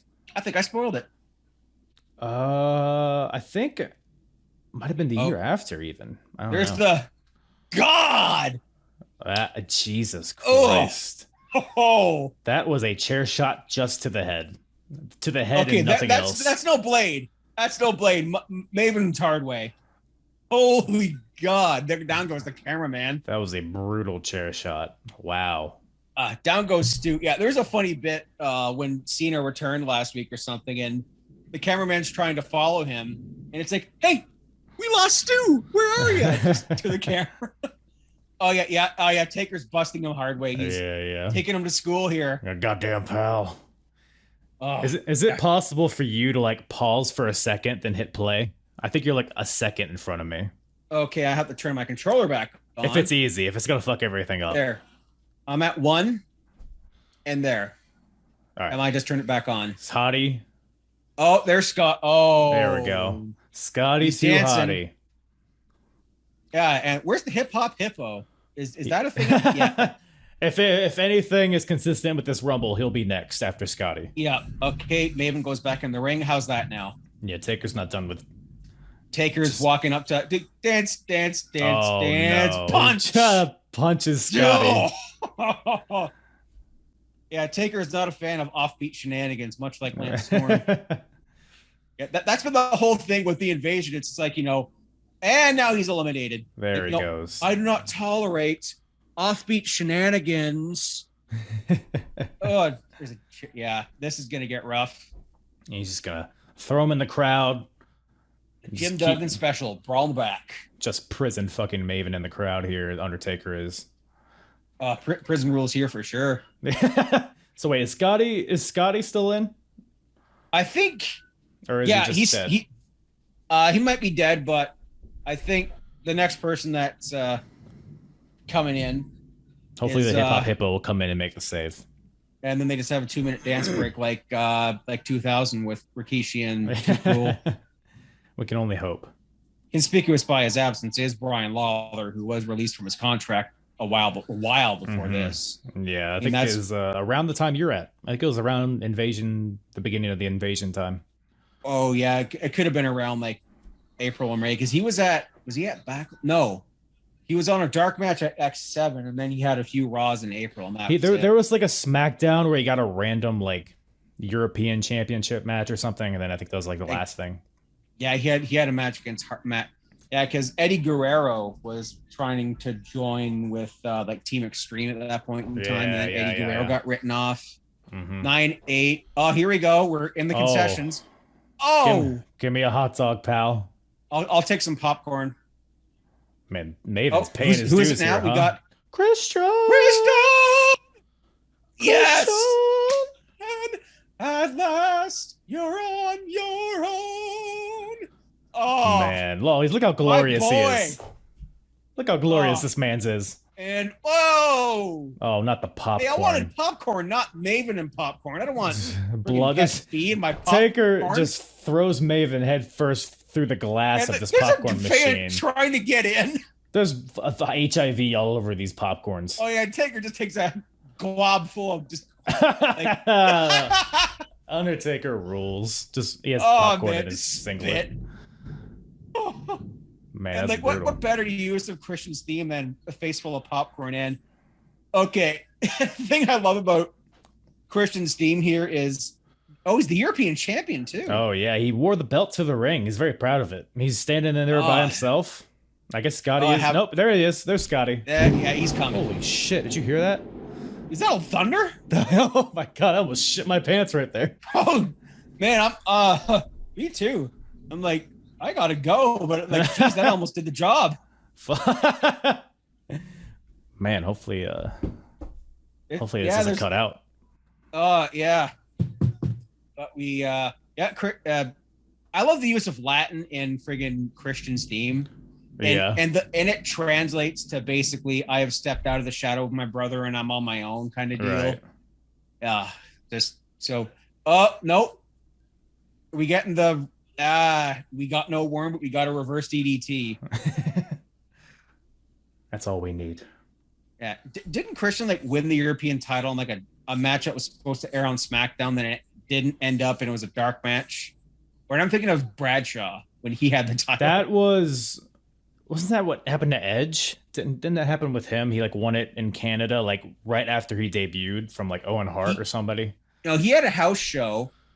He won it. DDP. Yes. There's the Jew guy sign again. We had it was a house show in Toronto in July 99. It was like Ken Shamrock was supposed to wrestle Jeff Jarrett for the IC title, but he couldn't get to the show. Yeah. So Edge was a last minute replacement, and he had the belt for literally a day, and he dropped it at fully loaded the next night. Right. Yeah. That's right. I love that spinning lariat that Page does. I don't love his goatee though. I'm gonna be honest. I can do without the I like it's just full on beard, long hair, classic DDP from like 97. That's what we need, not this goat. I think it's what you call that facial hair. The no hair. He cut his hair when he was like nearing the end, like when he wasn't ready to rumble. He had haircut. The Jersey Triad with Canyon and Bam Bam. Yeah, he's still he's just hoping people don't remember that Undertaker storyline, I think. Ooh, Diamond Cutter. RKO out of nowhere. Scotty takes umbrage with the Diamond Cutter. A lot of bleached hair in this ring right now. A lot of bleached hair, a lot of baggy pants, a lot of blonde hair, a lot of goatees, a lot of worm. It is very 2002, I'll say that. Oh, yeah. And there it is again, Thunderstruck. Speaking of 2002. Thunderstruck. Got the worm. WORM. It's still over. Still over. It's about to hit again. It would be over today. If he came back today and did it, people would lose. Actually, the kids might not know what the worm is nowadays. Now I think about it. Yeah. No, well, they did have a random deal on NXT, like there was like 8 years ago against the Ascension. Yeah, I remember that. That was weird. Yeah. That was like one of their first takeovers. Oh, here's the other Chuck, or the other Billy. You will remember him. Chuck, not Chuck Palumbo. Chucky. Or they said Chucky. His nameplate said Chuck. His headband says Chucky. And I think the headband is more reliable, so it's probably his Chucky. Yeah, I think they were hoping for Billy and Chucky. Or a Child's Play sequel here. Yeah, trying to shoehorn that in. Oh yeah. Man, what a got DDP versus Chuck in 2002. This is some good shit. Yeah. Got the European champion on the outside. This would have been on like that fabled, what could have been the WCW Big Bang, or like what would have been their Friday or whatever. No, they were going to get the Monday night slot. Like it would have been WWE Nitro or something like that. Yeah. They tried it for like a week, and they were like, wait, because everybody remembers the Buff Bagwell Booker T match, but they also were like doing angles and stuff. Like everybody beat up Booker T and Shane McMahon backstage, and it was like a whole thing. And then like on Raw the next week, they just pretended that never happened. No, they still had like WCW ropes. Like I was watching one match. It was like a hardcore match between like Taz and Tajiri. And like they're reaching under the ring to get the weapons, and it's like, oh, there's a WCW rope there. I'm like, oh, that must be the rope they use for Jacked and Metal. Oh, this is interesting.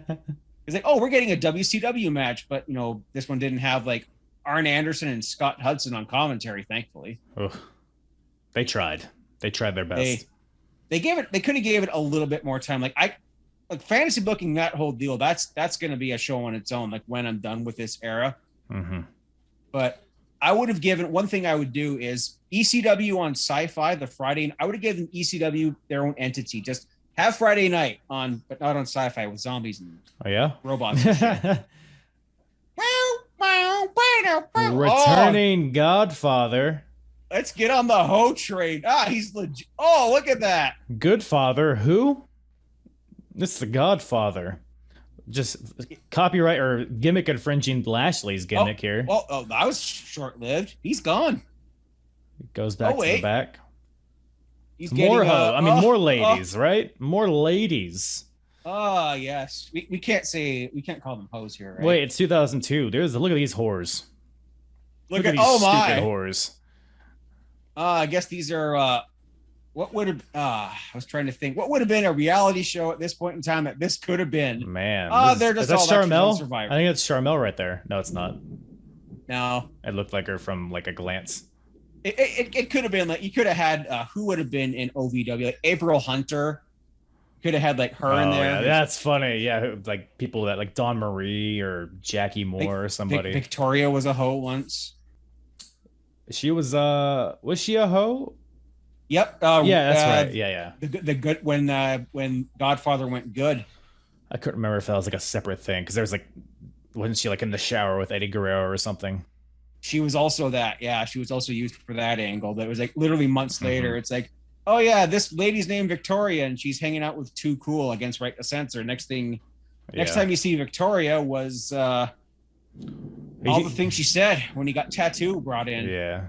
Like a Godfather stole the Undertaker's pants from what was it, Survivor Series 2000? Got like the didn't like there was like a legend about that, or like a Taker either he forgot his gear or like there was I'm like half kidding, by the way. They looked like the exact same. I know they're good friends, so it's like I think I wouldn't be surprised if they actually are because they were like what snakeskin stuff.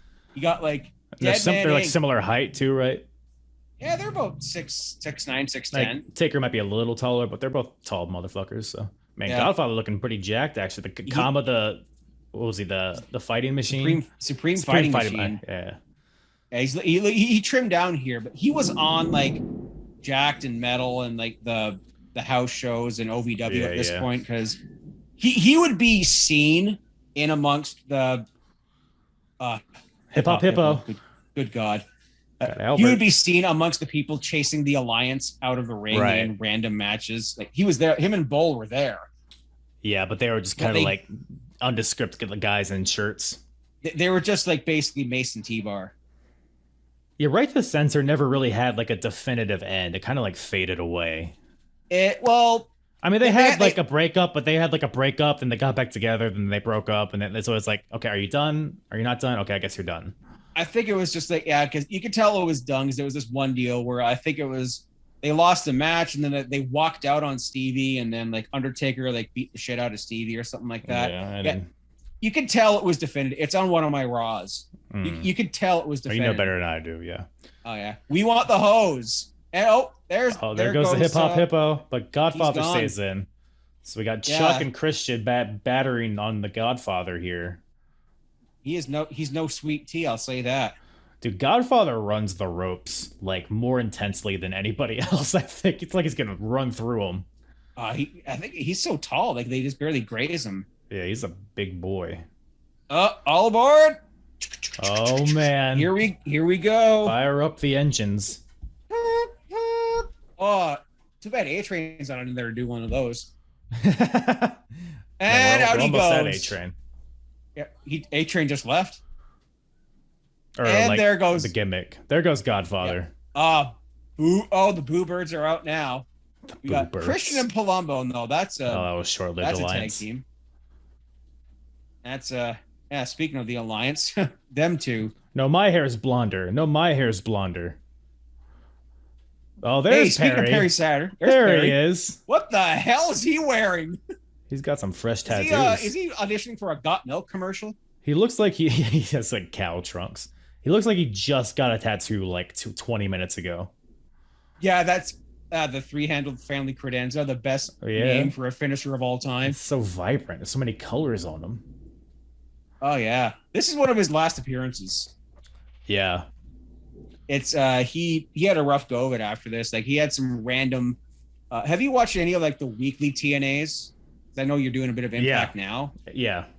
Yeah, he had. I think he had some shit and like the fans are paying attention to something, probably a fight. But no, Yeah. I think he was in one of those. Was it the Hard 10 tournament? That sounds like a different kind of pay-per-view, sir. Well, it could have aired at the same time as That's like slot, but loser has to bottom, like one of those deals. yeah, maybe. But no, it was. It's so convoluted. I forget what the deal was, but it was a series of hardcore matches in a tournament, and there are points. So you got so many points if you use a weapon, so many points if you put them through a table, and you have to get the 10 points, but you got to get there, like mathematically, you got to get there like correct, not like do one thing and then you have 12 points. Oh, no, you got to start again. And right. Perry Saturn's Brainbuster, just underrated. Perry Saturn's pretty good, man. Like he's kind of a maniac and he botches sometimes, but when he's on, he's on. He botched over that Mike Bell, that's for sure. Yeah. I'm just at like Moppy right now. It's just as bad as you remember. It is. Well, I used to say "you're welcome" to my cousins all the time back then. I would just I would see them be like, "You're welcome." Stone Cold. Stone Cold. Stone Cold. What? By God. What? He's walking. By God, he's talking. Man, the last Royal Rumble for Stone Cold, right? Oh, Yeah. Yeah, that's right. The pop, the giant Steve Weiser. One thing I loved during the bit with Stephanie McMahon, there was like a giant pager with what scrolling through it the whole time. Yeah. Speaking of 2002. What? Yeah, pager. He's stomping all kinds of mud holes and holes. There goes Christian. Yeah, he's cleaning up house. I wonder if Perry Saturn's going to eliminate him here. Nope, he's just going to get a stunner. Oh, hey, just going to get stunned. You hate to see it. And there goes Chucky. Yeah. Bye, Chucky. See you on SmackDown in a couple of years, Chuck. And there goes the cow, Perry Saturn.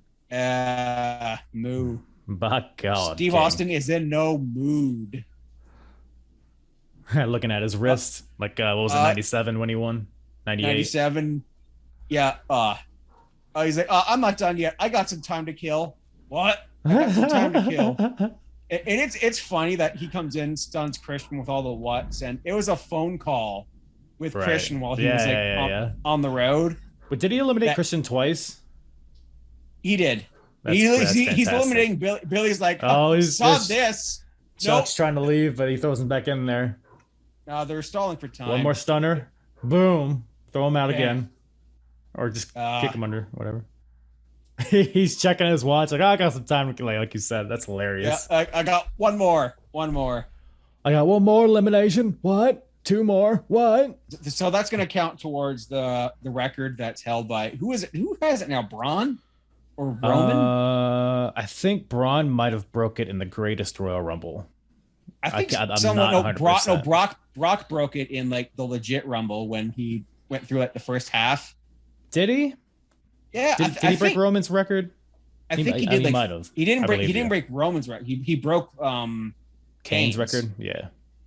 Hello, ladies. Hello. You know something, ladies? Ooh. My return is a lot like I can't do. I was gonna say like Val Venis. He's an interesting cat these days. Yeah, geez, he's a follow on Twitter. I love a good conspiracy. I like a good conspiracy theory. Okay, yeah, you're a bit much, Val. Val Venis is wet. There goes the towel. He's not drying his chest off though. Keep that wet. She's probably wet. I mean, okay. I mean, probably. Yeah. Oh, yeah. I mean, come on, the big Val Boski. I mean, I'm a little wet, to be honest. Stone Cold in there checking his watch. Isn't there rains or leaking your roof or something? I hope not. I have a AC unit on my window, so it's like a very thin like layer, so you could probably hear every drop.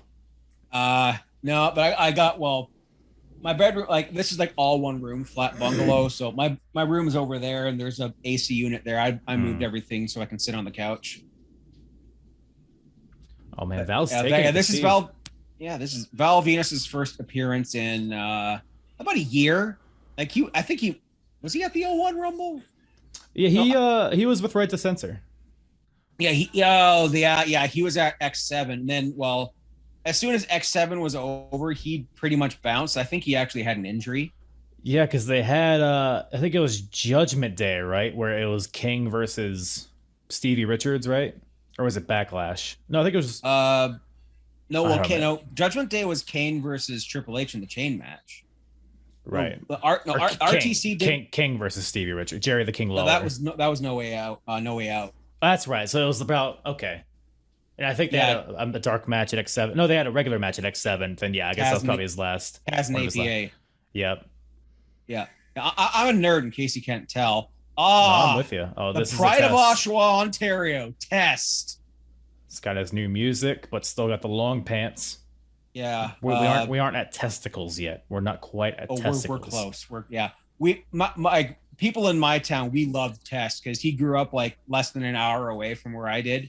Yeah, yeah. And I'm the last house show I went to. I say this on everything I go on, so pardon me if I'm repeating stuff, folks, like I always do. But yeah, Test. He was from Oshawa, just like a town outside, like about a stone's throw from Toronto, like 45 minutes from where I grew up, just like west or north. I don't know my directions.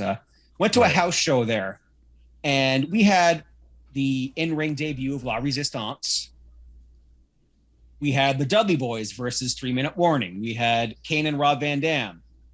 And we had the main event, Scott Steiner versus Test. The main event. Lucky you, man. Oh, I had a hoot. I was loving it. That sounds like a fun Test time. got the loudest pop he ever had. Like, and this is including like being on TV and winning the European title. It's like, who else can we throw out there that Test could feasibly beat? I'll just throw out Scott Steiner, I guess. This was 03 Scott Steiner, so like he couldn't even. He had like atrophy, and he couldn't walk. Yeah, we're much after the pose down with Triple H. Oof! What a big boot to Val Venis from Test. Pose down with Triple H. Oh, bro, that's like a year from this. Yeah. Oh, he goes unfortunately. To boot Steve Austin. Stunner. There. Stunner. Yeah. Yeah, I might have known people who were related to Test too. So. Yeah. Like he was a Martin, and like one of my neighbors was a Martin, so there was a good chance they were related. There goes Test. So Steve eliminates Test and Val Venis. Now he's back alone again. Yeah, that's checking his watch. On his back alone. That's a normal night for Val. I know. I feel the pain. Steve Austin just wasting time here. Like, I got time for a Steve Weiser. His knee pad's coming off a little bit. Fix it, Steve. Yeah. It's gonna bother me. I don't notice. Who's next? Wait, oh man! It's time to play the game. Well, okay, I'm doing a podcast. I can't play a game now, controller. Down you go. I mean, I was playing, was it Skyward Sword earlier, so there we go. Oh, hell yeah. Great game. I got the HD remake. It's so good. Was it still can't justify the motion controls though.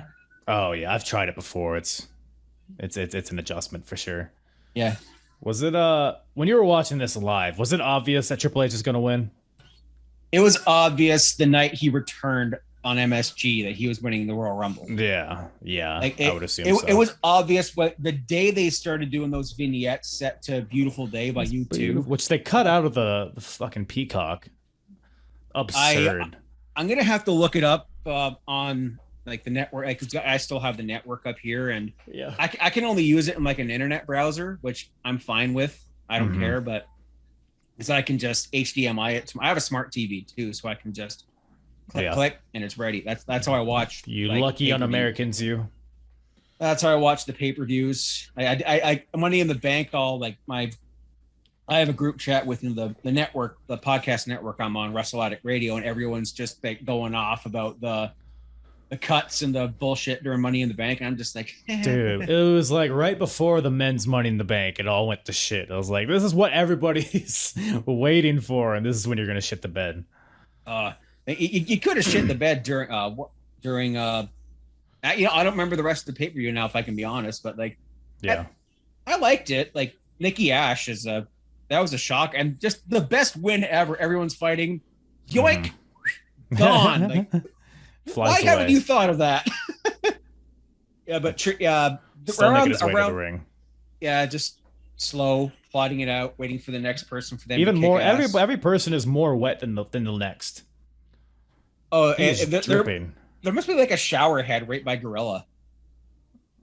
I thought they typically like would squirt themselves with a squirt gun, but he literally looks like he just ran under a shower.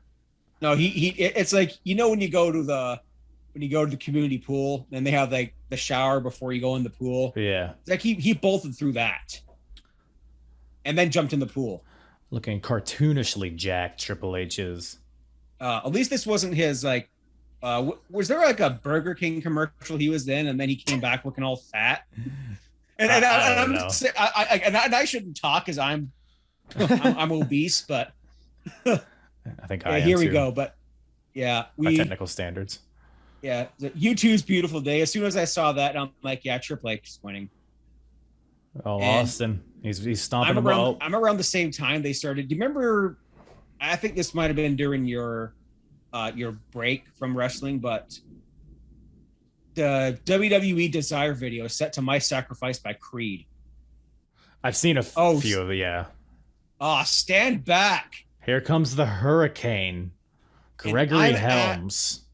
And funnily enough, another parallel to my show, I'm at just around the time he became the Hurricane. Like, he was called Hurricane Helms and came out with like a cape vest. He had like the rap music. He had that shit. He didn't come out to was it like vertebrae, roll break your spine? Yeah, watch WCW Greed. That is some good shit. I'd rather not. Thanks. Yeah. It was on the simulcast. Oh, he's going for the choke slam. He's gonna do it. So we got Hurricane, Triple H, and Steve Austin in the ring. Double choke slam from Hurricane. Activate. I see it. It's gonna happen. Oh, come on. He's gonna do it. Double choke slam. By God. Hurrah powers. Activate. Well, good thing you got your cape on, Hurricane, because you're flying out of here, sir. That cape, that almost like choked him on the way out. Man, that would have been rough ski. That would have been like the I think like one match. It wasn't his neck, but Test. No, Steve. Steve was like, his foot was caught. That was caught in inordinate amount of time. I actually watched that randomly recently. I think it was SummerSlam '98 or no, wow. One of those SummerSlam matches, I think. And it was caught for an inordinate amount of time. No, I think it was a triple threat at '99. Yep. Yeah, that sounds right. Yeah. That's a rough year in wrestling '99. Yeah, to say the least. Because I've been doing the 20-year stuff, like actually for a couple of years now, like ever since I was podcasting with Nathan. Mm-hmm. And it's here's Ron Simmons. The other ass. What was it? Ass pounder. Acolyte ass pounders. Always pounding. Always pounding ass. Acolyte ass pounders. First African American WCW champion. Yes, sir. Oh, just fucking spine busters. Steve Austin. Almost dropped right on his head. Yeah. Jeez. That's a match that hasn't happened in about 10 years at this point because they're both in Turner. Oh man, we got the 2-man power trip coming back together here. Yes. Just destroying Farouk. There he goes. Clotheslined over the top. Yeah. Now we're back to these two. 11 months following that 3 Stages of Hell match. Yeah, still pretty fresh. Yeah. Did you notice? There's one thing I've noticed, and I have to credit OSW Review for this one because they pointed it out. Mm-hmm. They at the very end of their match, like you can just see them both like down in the ring, and then out of nowhere, like you just see a beer bottle just pelt Steve right in the head. I do remember that. Yeah. And that's what. Jay Hunter's like, and then some accurate cunt threw a beer. That is precision. That was Tom Brady throwing it. Oh man, isn't it weird to think that Tom Brady was the quarterback at that point? Was he like starting his career by this point? Yeah, he was like a mainstay for the Patriots at this point, I think. Oh, and he's still going. I mean, he's not the Patriots anymore, but he's still going. I don't want to talk about that. They beat my Chiefs. You know, Sorry, I said I'm Wayne Gretzky. Okay. What wasn't Wayne Gretzky did a lot of pucking around, huh? Wayne Gretzky was long retired in 2002. This would have been, hey, if I can, get my hockey knowledge out, this would have been the year that my beloved Maple Leafs went to the conference finals. And oh my God. Oh, what a perfect entrance. Oh. Kurt Hennig. Oh man, looking beefy. Mr. Perfect. A lot of beef there, pal. You look good. This dude looks like a fucking dad. Looks like you got dad strength there. Yeah, no, he's looking good though. Yeah, but he'd always look great. Like even when he had that like 3 weeks in TNA right before he died, he was looking great too. Mm-hmm. Man, what a threesome! Triple H, Stone Cold, and Mr. Perfect. That's a believable like world heavyweight championship match right there. Easily. Like even here. It's weird that Mr. Perfect never really caught on in his return. I guess the plane ride from hell kind of derailed that.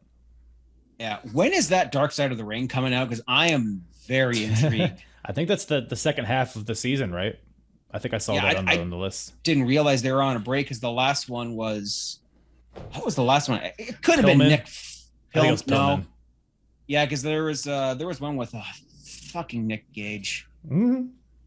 Yeah, speaking of Nick Gage, oh boy, yeah, that's going to be a thing this week. I'm not looking forward to that. Oh, and yeah, it'll be something. It'll be. I mean, if Zack Ryder can beat him, then.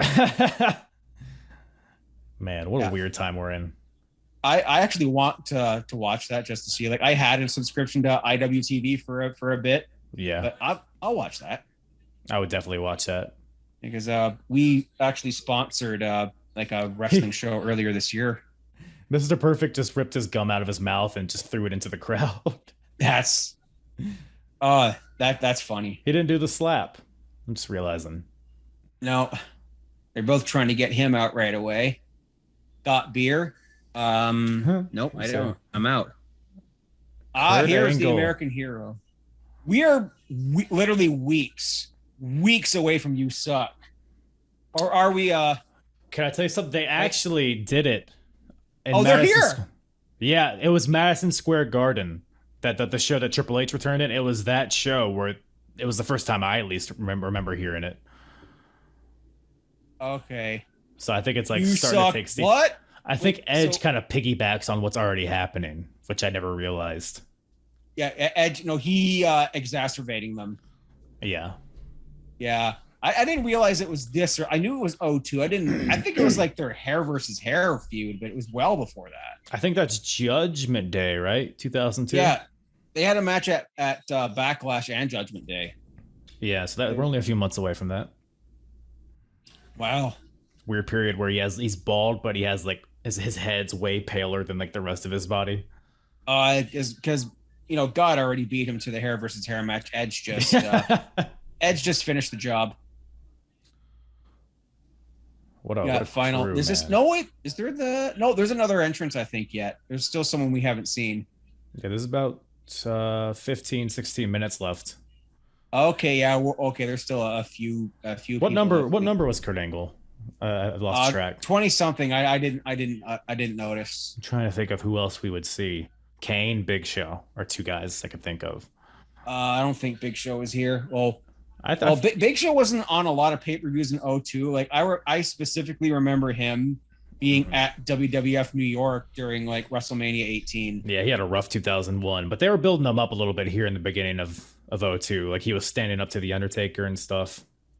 Oh yeah, so it wouldn't be until SmackDown he really got got into it. A lot of start and stop though, unfortunately. Yeah. Steve Austin gets belly to bellied. There he is. See, right on cue. Well, yep. It's the Big Show. Speaking of someone else I've met at Comic-Con. Yeah. Yep, right there. I'm like up to his chest. I bet. Oh yeah. I look up and it's like that fluffy bit. Damn. Like, there's happy, healthy, husky, and damn, and oh hell no. Even though, at this point in time, Big Show would have been the oh hell no. He was. Yeah, he's pretty thick. He's a thick. Big choke slam to Mr. Perfect. Gosh, showstopper. My audio was off on that bump. I just noticed. oh well. No. Are you saying that wasn't perfect? Yep. Exactly. There's no response. The reflection of imperfection. Oh man, Big Show just almost broke the ring there, running just the ropes. Beefs right through him. Everybody's getting knocked down by Big Show. His nipples are trying to escape his singlet, though. I gotta say, they get knocked down, but they're not getting up again. Kurt Angle was just trying to butt fuck Big Show there for a second. We'll pretend like that didn't happen. And he's up in the air. Kurt's up in the air. He's high. Triple H, what are you doing? He's trying to show Big Show what a torn quad feels like. Yeah, I guess. He just saved Kurt Angle for some reason. Yeah. Big boot to trips. Boot, yeah. And in his injury, it was just so, I don't want to say anticlimactic, but just like step, snap, and it was gone. It was like how Vince McMahon tore both of them at a Rumble. Yeah, a lot of times it's just something simple like that. That's how Chris Candido, when he broke his leg right before he died, it was literally he stepped wrong. Oh yeah, that was rough. Triple H going up. Down he goes, the showstopper. There, the big red penis. Yes, the Red Machine himself. Kane's not looking too burnt these days. I guess those burns actually healed. So that's what some say. Is that a Nickelback song? It sounds like a Nickelback song. It's probably a Nickelback song. I mean, being Canadian, I'm extremely familiar with Nickelback, but not that familiar. I won't rag on Nickelback with you in my presence. Hey, you know what? I allow the memes. Like there's 4 words that I live by, and they are to each their own. So it's like Brian Zane. Brian Zane, like what you like, don't be a dick. I think Nickelback's just fine. Yeah. I enjoy Nickelback. Speaking of Nickelback, we got 2 nickels back right here. Get nickels back for your 1995 on the network. Send in your cable bill and get a Kane glove in the mail. Man, that is before my time. I understand the reference, but man, what a time. Man, there's Jesus. Big Andre the Giant moment here. Yeah, Kane just body slams Big Show. Who does Kane think he is? Cesaro? Yeah, that's what I was thinking too. It was the same deal. Yeah, Stunner. Final 2 of last year's Rumble. And here's the setup for WrestleMania 18 right here. Yep, there he goes. Angle slam to Kane over the top rope. Yep. And then that was where. Here's your final 4, right? Yeah, that's a good final 4. I guess Kane was number 30. Okay. It's a damn good final 4. That's man, imagine Mr. Perfect if he won this. Imagine we had like Austin and Hennig at WrestleMania. Yeah, or hell, Henning and Jericho. Ooh. I'd like there's that. still someone out. Oh, hello. Oh, well, we don't know anything about wrestling, I guess. No. Well, they don't number these guys on the screens as they do in. Oh, RVD, of Oh. course. Rob Van Dam. Perfect. Oh, he slips up? on the apron. Oh, he's fine, though. What It's up? okay. What a pop. Oh, okay. Someone's down. I'm just going to frog splash you. That looks Good like it hurts shit. Rob more than it hurts Kurt. Yeah. Yeah, he was great with selling his own move. Because if it hurts you, it's definitely going to hurt the opponent. Yeah, even if you're like, I'm going to put a chair across your stomach and the hardcore title, Yeah. and then I'm just going to frog splash it and then kill myself, and you feel nothing. Body so rolling thunder action to Stoney. Perfect. Yeah, Oh, yeah. how over Rob Van Dam was here, even Super when he was in the Alliance. Yeah, he's gonna get pedigreed here. You know what's interesting? After Jericho won the Undisputed title, they were building to a Jericho and RVD title match, which never, I guess it happened on Raw, but it had a schmoz finish, and they kept building to a match was gonna happen. It's almost like they had planned to do it at Royal Rumble, but at whatever point it seemed like they pivoted. And Rob Van Dam never really saw the main event other than, no, he did face Triple H one time at, I think it was No Mercy 02. But other than that, not really much for him. That might have been Unforgiven. That was right after Triple H was given the title. Right, one of those B pay-per-views. All those ones. I don't think I've watched any of those. I'll have to thank the both Ruthless Pods, because they're both in different parts of the timeline. So I'll stick with listening to that than watching Maven run Monday Night Raw. Fucking Maven, man. Maven's still in this, by the way, isn't he? Or did he get thrown out? He might have gotten thrown out. No, he was legit thrown out. Okay, I was about to say. That's another guy. Yeah. Oh, another one. Booker T, of course. They really don't number these guys, do they? No. Oh. Yep. There it is. Yeah, Booker T is number 30. JR just said it. Yep. There we go. Booker T was getting pushed hard at this point too.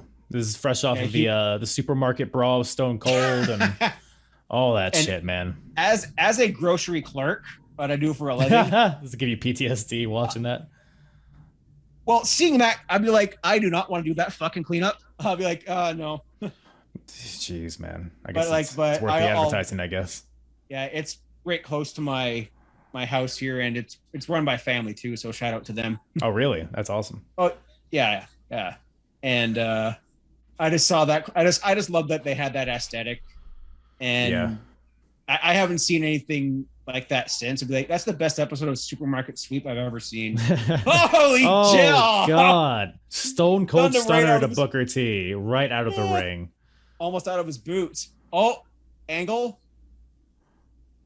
Now we're at the final four. Yeah, here we go. Triple H, Stone Cold, Kurt Angle, Mr. Perfect. Yeah. Even though it was obvious to me when I was watching this live at a friend's house that Triple H was winning, but I had hope upon hope. I could see.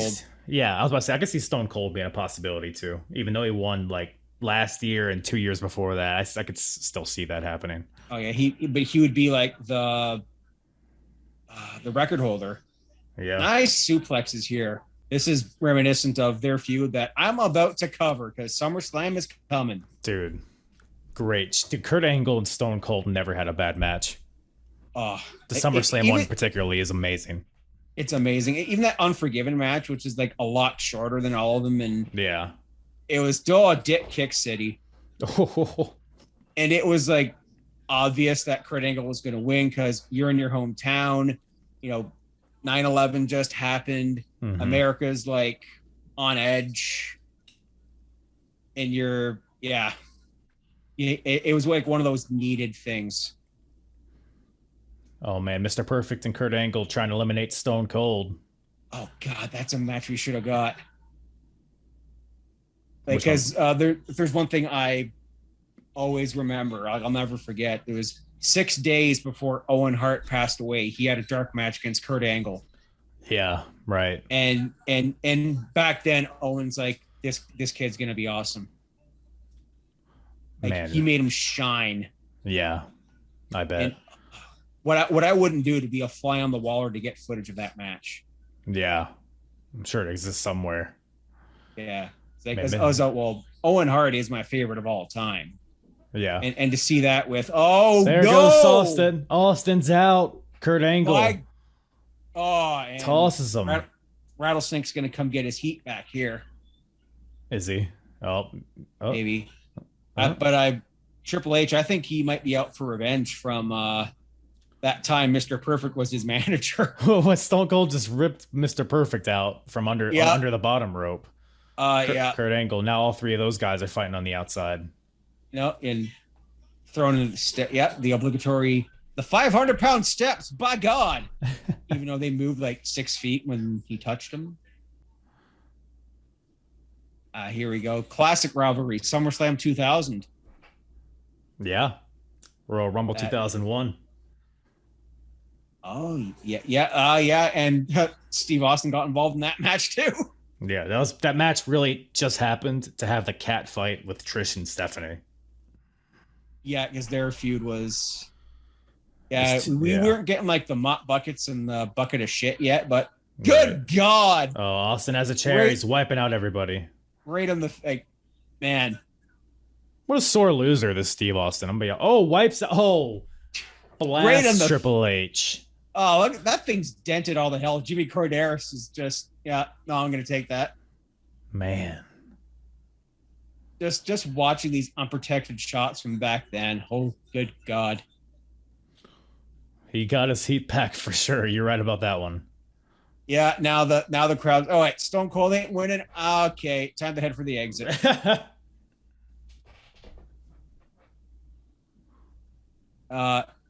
Yeah, he was. Yes, old Stevie Boy was burnt out at this point, unfortunately. Yeah, I feel like he took a hard look at the crowd before he left. It's almost like he knew it was going to be like one of his last matches. Yeah, like he had... Who did he wrestle at? I think he wrestled Jericho at No Way Out. That set up the NWO. He had Scott Hall at WrestleMania. Scott Hall. And then like a random handicap match with like Big Show and Ric Flair at Judgment Day. And after that, it's like, okay, F this. When you set your WWE universe to simulate. Yeah. Oh. That's very, oh no. That was not a perfect clothesline. I think Kurt hung on there to. Yeah, Kurt clotheslined Mr. Perfect over, but he got back in. Yeah, I think Kurt was teaching him watching these two go at it, man. Oh, Mr. Perfect and Kurt Angle. Come on, let's go. Perfect and the natural selection. How dare you? Triple H, that's enough of that. How dare you, Triple H? Oh, son off. Get your ass out. And then a few years later, he'd do the same thing to his son. Oh, yes. Oh, man, now we got Trips and Kurt. Final two. Yeah, that's a killer's row right there. Mr. Perfect. People wanted Mr. Perfect to win, I think. And I wanted Mr. Perfect to win. I guess Triple H is still fresh off his return, so people were still happy to see him. So luckily for that. I was watching this with my friend. His grandpa was actually a pro wrestler. Oh, yeah? I think he was called the Beast or something like that. Like he was like a Canadian indie guy who wrestled like, Gene Kaninsky and all them. Right. And so his dad was watching this, and it's like he was having a hoot with like, Mr. Perfect. Okay, see ya. Yeah. He's not winning. Okay. Big belly to belly from Kurt. He would have wrestled Larry, maybe. Right. Yeah. Larry the Axe. Larry the Axe. Curtis the Curtis the Axe. Curtis the Axel. Or Joe Henning, if you will. Michael McGillicuddy. The era there is something to review is like old NXT. The genesis of Michael McGillicuddy. Or the, mustaches. I don't have one. Dude, that will make me laugh every time I watch it, no matter how many times I watch it. That guy was a member of the Wyatt family. I'm talking like before Eric Redbeard got involved with it. Oh, he was. It was like Luke Harper. I think it was like Luke Harper, Eli Cottonwood, maybe Redbeard came in. It was very, very brief. And they were like, wait a minute, this guy's the shit. But it was, here we go. I'm going to go ahead and believe you either way. Oh, Yeah. Triple H gets thrown over, but hangs on. Kurt Angle wins. He thinks he's Santino won. Marella is going to WrestleMania. Oh, man. He's in it for a rude awakening. Suck it. Oh. Big knee. Ooh. It goes. Oh, he's stumbling. He's bumbling. And he is out of here. Down he goes. Come on. Let's go. All right. Triple H. What a rumble. Man, that was a pretty good rumble, man. I've only, I think it's the second time I've ever seen it. It was alright. Fun. It was pretty good. Yeah, it was pretty fun. A lot of fun returns. Maven and Undertaker, all that stuff. It was a really good, like, last stretch of people, too. And that deal with the whole popcorn thing is like, I'm getting a new recipe for popcorn tonight. Popcorn and blood. I usually pop a bowl when I watch Raw. I'll put some red stuff in it. Why not? Just blade and just let it drip on it. Oh yeah, I know my way around a butcher's knife. My dad's a retired butcher, so Well, see, there you go. You have no excuse not to now. Yeah, perfect. Just I'll have to do it when no one's looking at me. So shut the blinds. Shh. No camera's not on me. Okay, there. Yeah, they'll be fine. They'll understand. Don't act like it's the first time you've done it. No comment. But yeah, man, that's Royal Rumble 2002. What are your overall thoughts on the show? It was a damn good show. Even though it was just like, obvious Triple H, obvious is winning, obvious, man. You still had some bangers here. You had that continued feud with Ric Flair and Vince McMahon. It's so otherworldly. You'd think that we stepped into the ethereal plane and went to a multiverse here when you have like literally Vince McMahon wrestling Ric Flair, and they both own the company. Then you have even like Rock Jericho. Rock Jericho was good, and I didn't mind the opening tag match, as random as it was to have Spike and Taz as tag champs. You know what? It might as well be. Why not?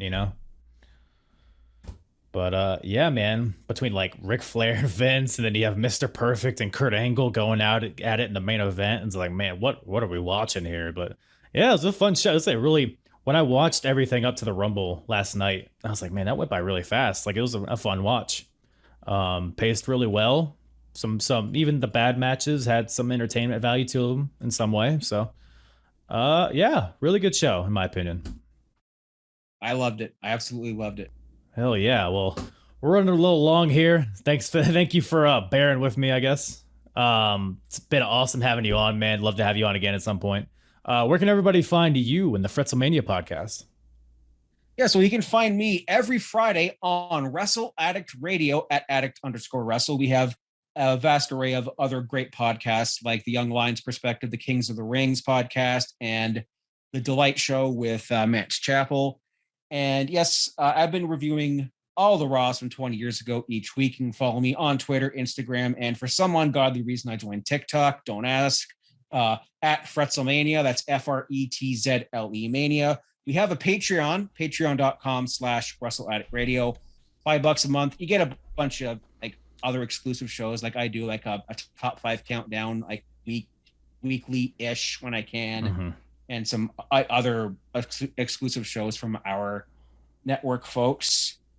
And yeah, I usually live tweet Raw when I can. Like, I work a hell of a lot, especially during tourist season up here. So yeah, I feel that. I'm usually talking shit about Raw or hockey or whatever. So yeah, I would love to be on again. This has been a pleasure. It's been something I wanted to do for a while now.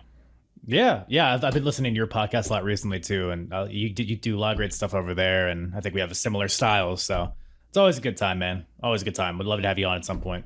Maybe get you for something obscure, like a Ring of Honor or something. I'll have to dig deep in the bowels of my search histories for that. Oh, okay. We'll make it happen. But yeah, once again, thank you for coming on, man. Thank you. Once again, thank you to Frets from the Fretzelmania podcast for joining me on this episode today. Lots of fun. Love doing these watch-along style episodes. And hopefully we'll continue doing that in the future. I think it provides a bit of a different kind of tone to the podcast. A little something fun and new, huh? No, really, great time. Because Royal Rumbles are just kind of hard to cover, you know, like whatever traditional style. All right, so we had number 1 come out and they did a little thing, and then number 2 came out and they did. You know, you miss so much, and you either miss so much or you go 5 hours long, and nobody wants to listen to me for that long. So, but go check out Fretz and all his info in the description below. Check out all my info in the description below, and go below me in the description. Okay, I don't know. I'm hungry. I haven't had enough coffee at this point, so yeah. Nobody listens to this part anyways. I mean, I could literally just fart into the mic for 10 minutes and nobody would even know, you know? Yeah.